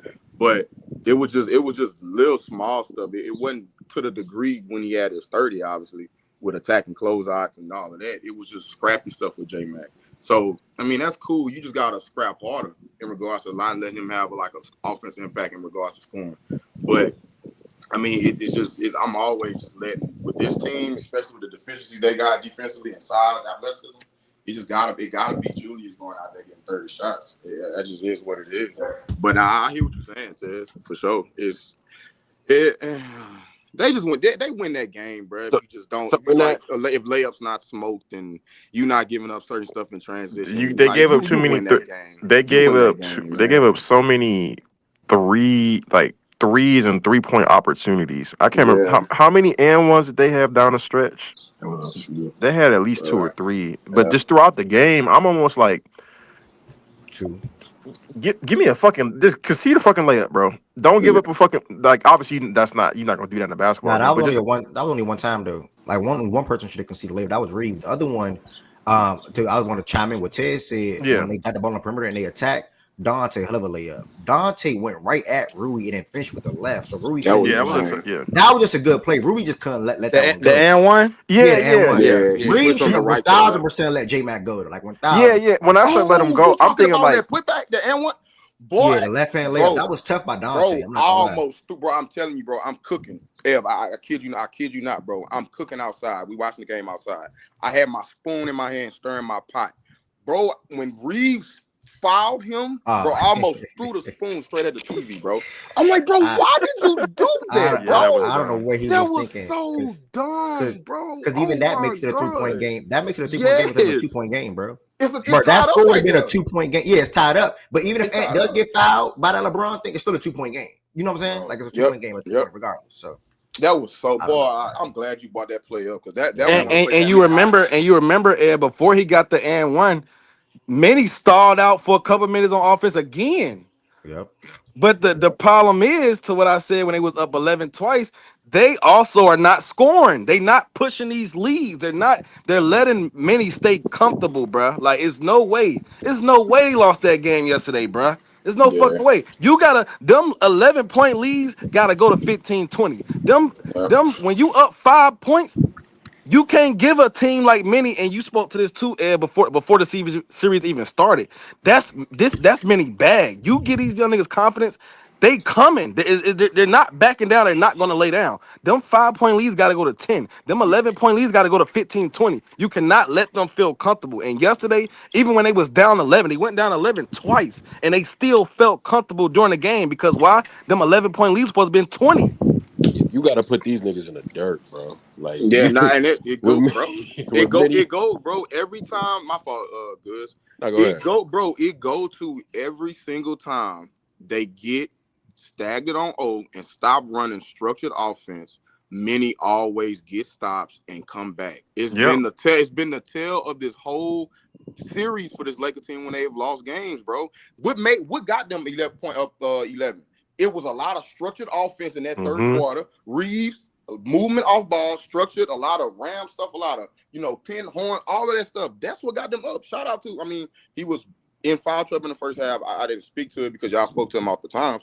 But I think Reeves did what he was supposed to do in that third quarter and go out to hitting shots. He did some dumb stuff in the fourth quarter, 100%. But they are not up 10 without Reeves and Rui in that third quarter. Them two gave them the gap in terms of the role players. Them two gave them the gap in terms of shot making in that third quarter.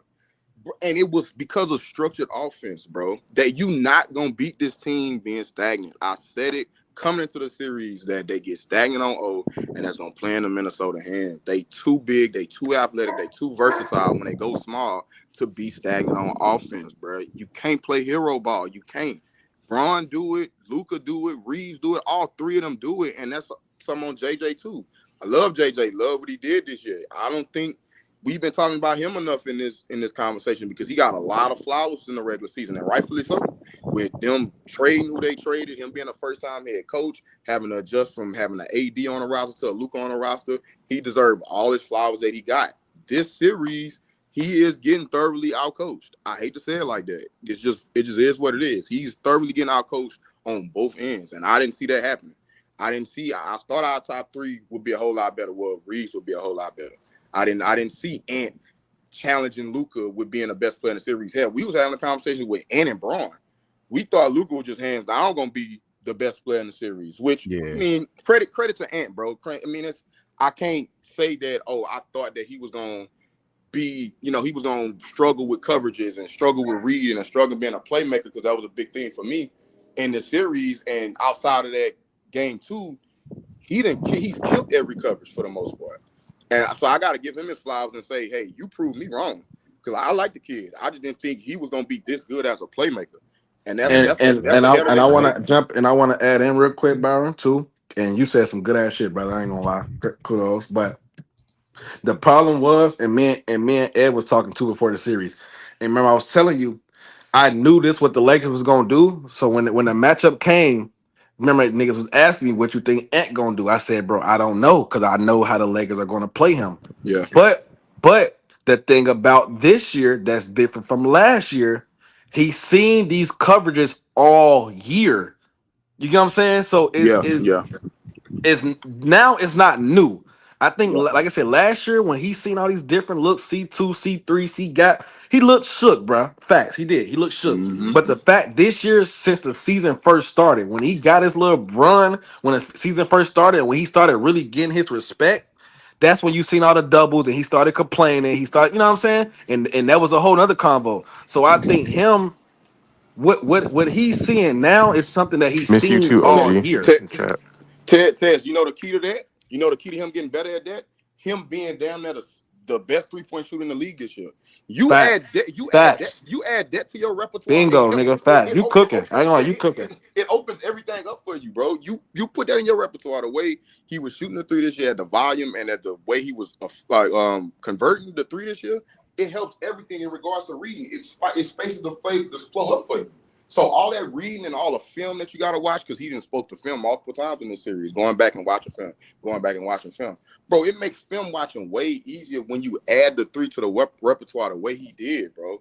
And that's why the sky the limit for this little dude. He ridiculous. Credit to him. Like, I think after yesterday, I think he's been the best player in the series. But we haven't made shit entirely enough difficult on this nigga, like, at all, in my opinion. I don't know what we can. That's cool personnel wise. I'm disagree. cool with that, Byron. But I think there are spots where we do the semblance of something, but not really doing anything. Like them doubles. Me and Tess talked about them soft doubles yesterday. That shit ain't bothering him. He's seen that all year, bro. You can't throw something out there he's seen all year. You gotta, but I don't want to sound too crazy, but Ed hit it on the head, bro. We're seeing another leap from him, bro, and we just gotta face the reality, bro. Make him test that lead.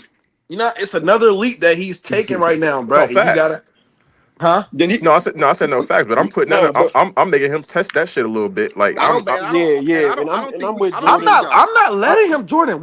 I'm not letting him do what the fuck he did yesterday. J Mac and Randall, y'all gotta beat me. That's what I'm saying. He ain't getting 40, gang. He ain't getting 40.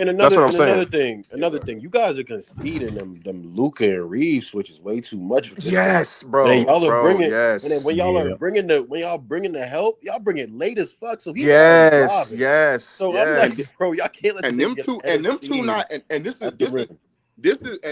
can be, you can charge us the personnel that they don't have that one true elite defensive maestro that go out there, watch film, pay attention to player tendencies, whatever like that. You can charge us to that, and you can also charge us to JJ. You can charge to the team not watching film enough on Ant. When I peeked about Ant, when Ant get that ball in his right hand, you at his mercy. He can do anything when he got the ball in his damn right hand. When Ant get the ball in his left, it's very similar to KD. When KD got the ball in his left, he's looking to pull up. He's not driving. He's not going all the way left. Very similar to Ant. When Ant got the ball in his left hand, he looking to size you up and pull it in your face. Play the 3 when he got the ball in his left hand. Ball in his right, he because he could pull up off his right, he could step back off his right, he can drive and attack off his right. The left, you somewhat got somewhat of a chance of stopping him. If he driving, if he go into the cup with his left, he go Euro. He's going to Euro back to that right. He going Euro back to the right. Good. I swear I said that, bro. If he drive left, bro, he's either looking to pull up, he's looking to pass, get somebody open. If you collapse on him, he's looking to pass it, and he's going Euro back to his right if he get to the rim and nothing else popped open. Yeah, he ain't going straight there with his left. No, the only way he drives straight to the rim with his left is he be trying to come up off that 2 and try to dunk on you, bro. Yep, that was gonna be the next thing I said. Exactly. That was gonna be the next thing I said. And that's that again. If you know ball, you know ball. That's what makes 2-foot jumpers so dead. 2-foot jumpers like the athletic ones so deadly because if they right-handed and they can drive left, they can still jump off 2 and punch on you, depending on who guarding you. Ant will literally look to. That's another thing he will look to do when he's driving left. He will jump off 2 and still punch, depending on who guarding him. So you picking your poison for the most part, but you just gotta take that right hand away from him, bro. You can't continuously let him get to his right hand. You just can't do it. You don't got the personnel at the rim, nor really on the perimeter, because I think that's the next step for this Laker team in the offseason. I love Dorian Finney-Smith. Dorian Finney-Smith is not somebody that's gonna guard somebody as quick and shifty as Ant. That's not. And Dorian is meant to guard the bigger, less shiftier wings compared to a shifty guard like Ant, a quick, explosive, shifty guard like Ant. And that's the next step for them in the offseason. You gotta address that. Hey man, right your, now, your twins said go get Davion, man. Said go get hold Davion. on, nigga. Hold on. Y'all gotta chill. We still need in Miami, bro. Chill. Bro, y'all rebuilding anyway. Send Bam too. Nah, we still need in Miami. Chill. Shout out that Baylor squad. I was rocking Davion that Baylor with Mark Vital. Hold on, you said Sam Bam and Davion. Sam okay. both. What the fuck? Nah, we need Davion, gang. But nah, shout out to the Lakers and Wolves. Shout out to Ed. Shout out to everybody that spoke with the series so far. 2 more series to go. This next 2 is quicker than the first 2 for obvious reasons. Question: were you gonna do the Saturday game? Hey, I got it in the description on the video. Okay, I didn't know. Yeah, I'm leaning. Nah, you good. I didn't put it in the title. I just put it in the description. Because I might be leaning PB for that. We'll see. Bet.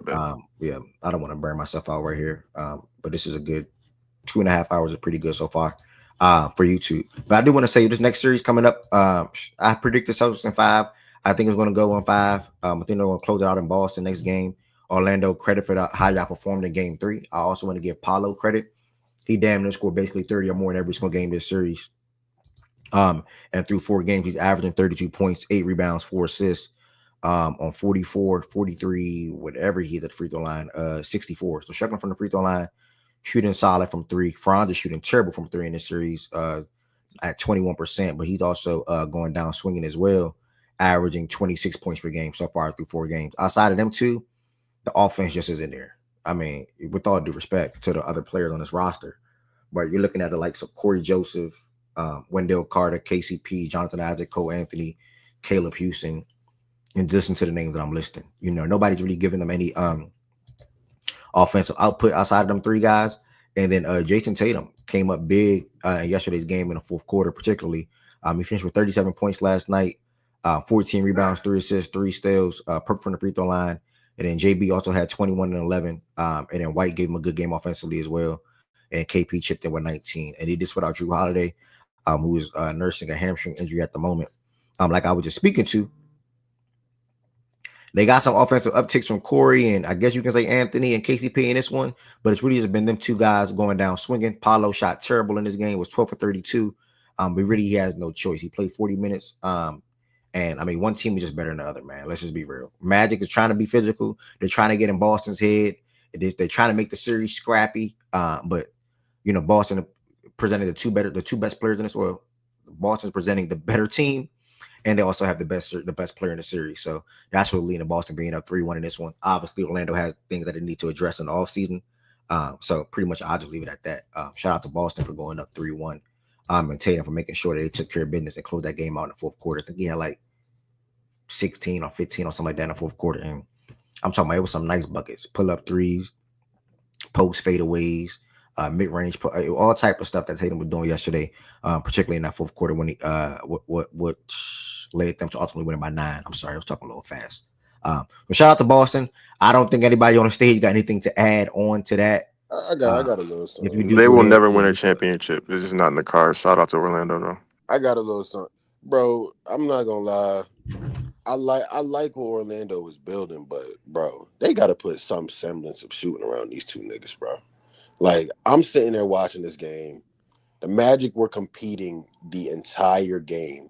But every single time they needed a a three, like, and they were open too, like just a three, a big shot to just get them over the hump. It was a brick every single time, bro. Like, they just need some semblance of shooting. I think the two wings, To they're be fair, that's what they thought they were getting with KCP, but that's what they thought. Yeah, he's been a disaster. Like, he's been a disaster, bro. Like, I think yesterday he was okay, but overall he's just been a flat out disaster. But bro, they put some shooting around these guys. I promise they will be fine. I like how they play defense. They really switch everything. They're strong, big front court. Everything is good, bro. Like, it's just that they have nobody to like shoot the ball, so they got to go target guys like Cam Johnson or some other guys in the offseason, bro. Because that shit ain't it. Get some more. Dalton Connect, yeah. Get I some agree. guys, and Suggs will be back. By the way, that's another Yeah. big thing. Suggs will be back. He's a big part of their team, big part of their defense, and their shooting. So he'll be back. And another thing, KP, that nigga Kristaps Porzingis' ass, bro. He gonna hurt them. He gonna hurt them in one of these series. Shit. Yeah, nah, I don't know which one it's gonna be. If it's gonna be versus us or versus the Cavs, but he gonna hurt them in one of them series for sure. Bro, Just why let you the guy saying know that that. like the Pacers can't beat the Yeah, but Cavs, so you bro? mean versus the Pacers? I was running to my phone to say it. Yeah. the That's gonna be a good now the series. Pacers, the Pacers Cavs series might be great. They had Bro, great guys. that's gonna be a that series gonna phenomenal be wild. series. Yeah, Yeah, that that series shit gonna gonna be be Bro, wild. insane, think bro. about the guards coming off the bench. Ty Jerome versus TJ McConnell, Versus two white TJ, boys nah, that shit running. gonna be That's crazy, gonna bro. be a movie, gang. Shout out to TJ on the series though. He be hooping.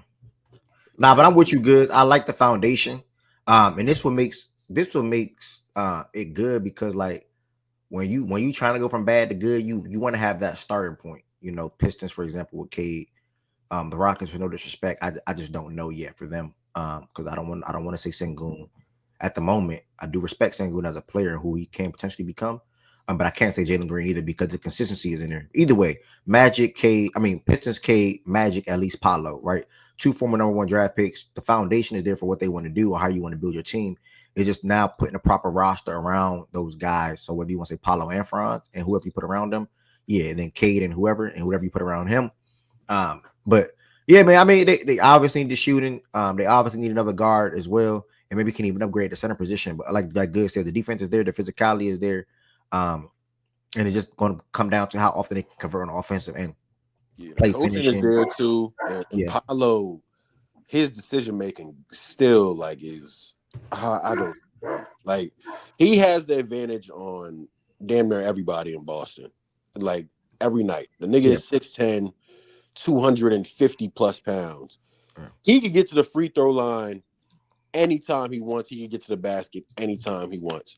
But for some odd reason, when he has guys on him like Derek White, Peyton Pritchard, the nigga just settles for these long ass middies for no reason. Like, I just never will get it, bro. And it gives me like Julius Randle syndrome in a way, like the old Julius, not this new Julius who's way more physical, but the old Julius that loved to settle in the mid range.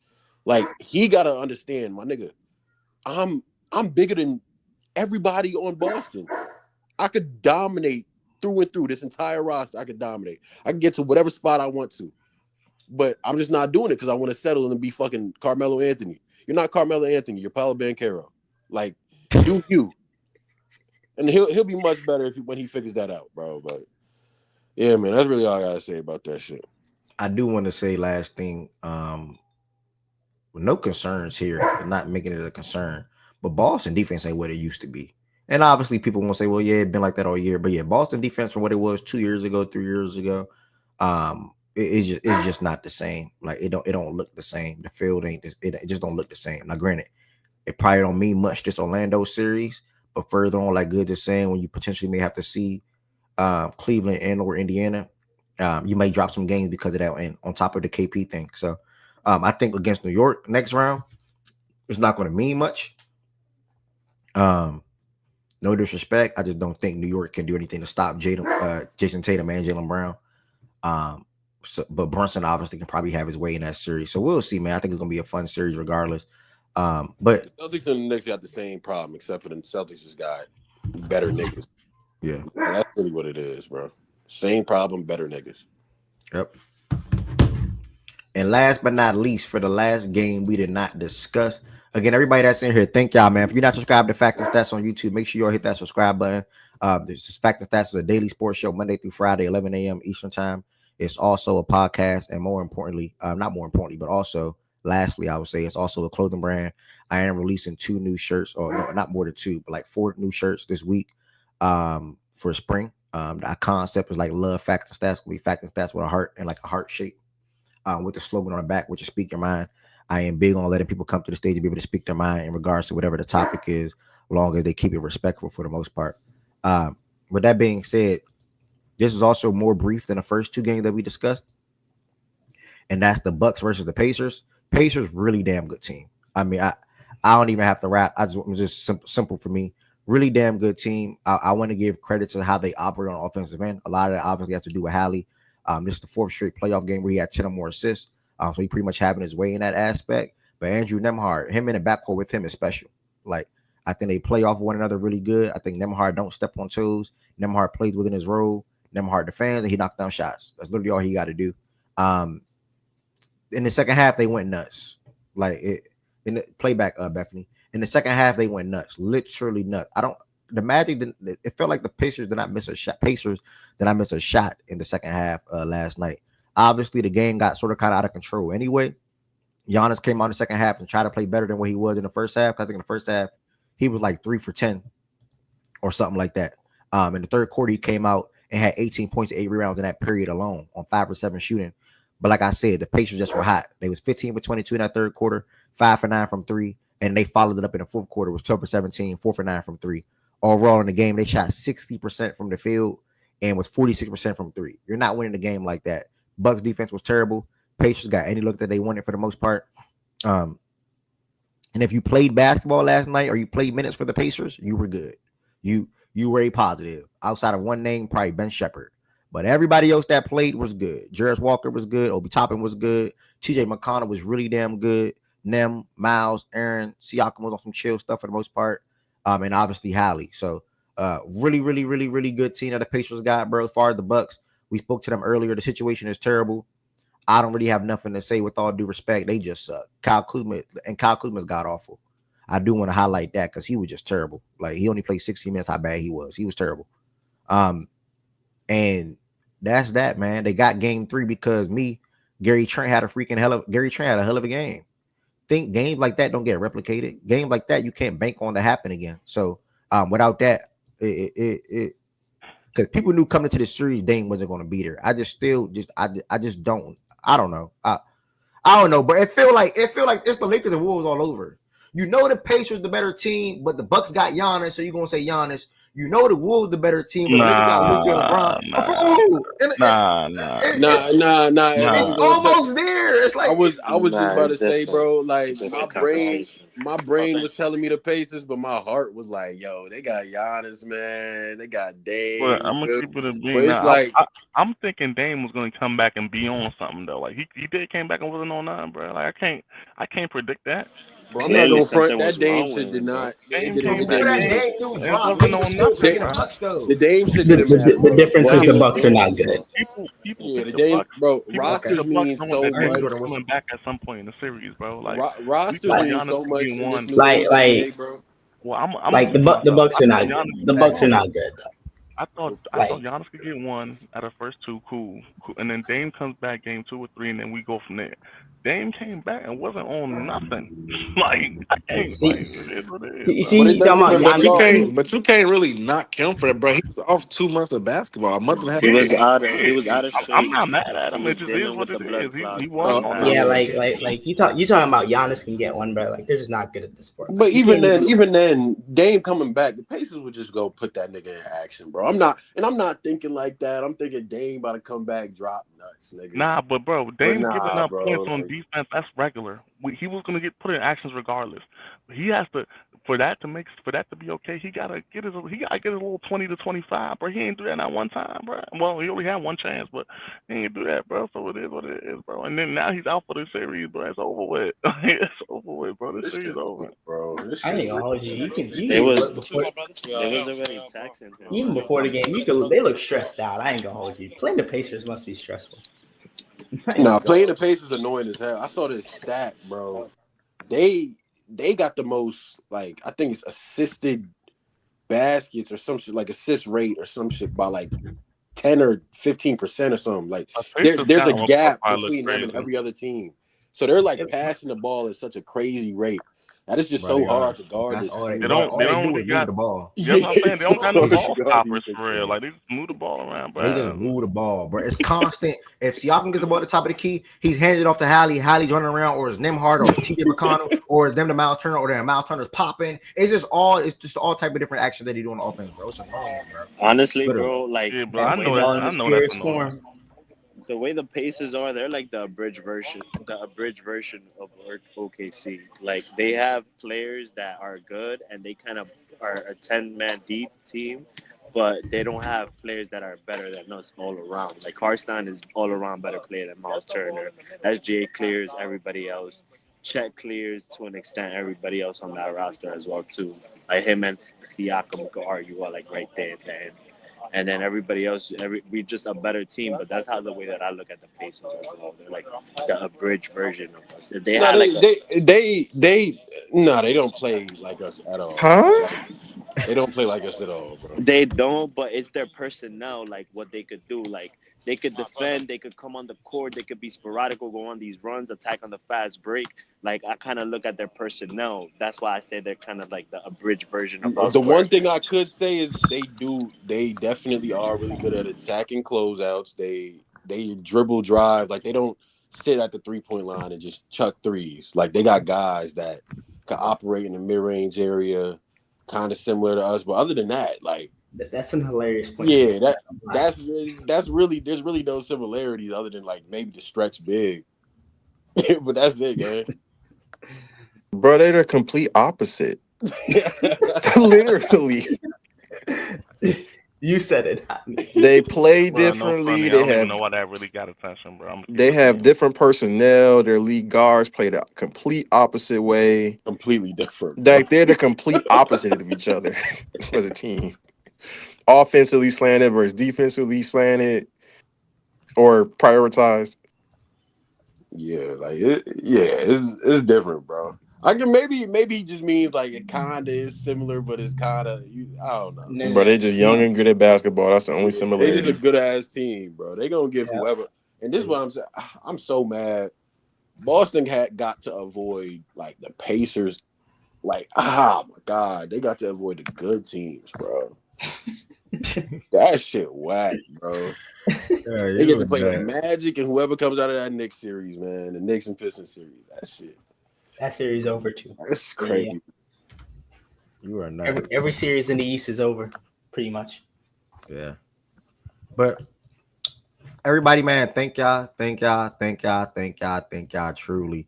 The show was not over, but I do want to highlight Saturday's games. But Saturday's game is going to be highlighted on Playback. Immediately following that, we're going to make our way and talk about the NFL draft. What is Playback, or where we headed to Playback, like I was just saying. This app you can download. It is free to sign up and join. Or download, I would say. I'm going to drop the Playback link in the chat for anybody that don't know, or it just may be more easy/convenient for you all. Again, you can click that link right there, sign up, download the app. It is free to join the room. I'm gonna take Milo out, but when I'm gonna start it off, I'm gonna take Milo out, and then we're gonna pick up NBA playoff games from Saturday, give our thoughts on the two games today. Do the Heat get swept? Do the Warriors go up 3-1? And they're gonna bring up the NFL draft for all 32 teams, try to give our thoughts / grades on it, and that'll be the show today. Again, thank y'all so much for the support on the YouTube side. I am trying to go longer on YouTube, so thank y'all for sticking with me and not just saying, "Oh, when the Playback coming?" I'm trying to continue the show on YouTube and go longer on YouTube and continue to grow on YouTube. So if you are in here, make sure y'all hit that thumbs up button for me real quick. And then also, if you're in here, you're not subscribed, make sure y'all subscribe as well. Fact and Stats is a daily sports show Monday through Friday at 11 a.m. Eastern time. With that being said, I am going to head to Playback right now. Pull up to the Playback room right now. Playback.tv/facts and stats. Talking about the Saturday playoff games, talking about the NFL draft. Playback.tv/facts and stats. I'll see y'all in Playback.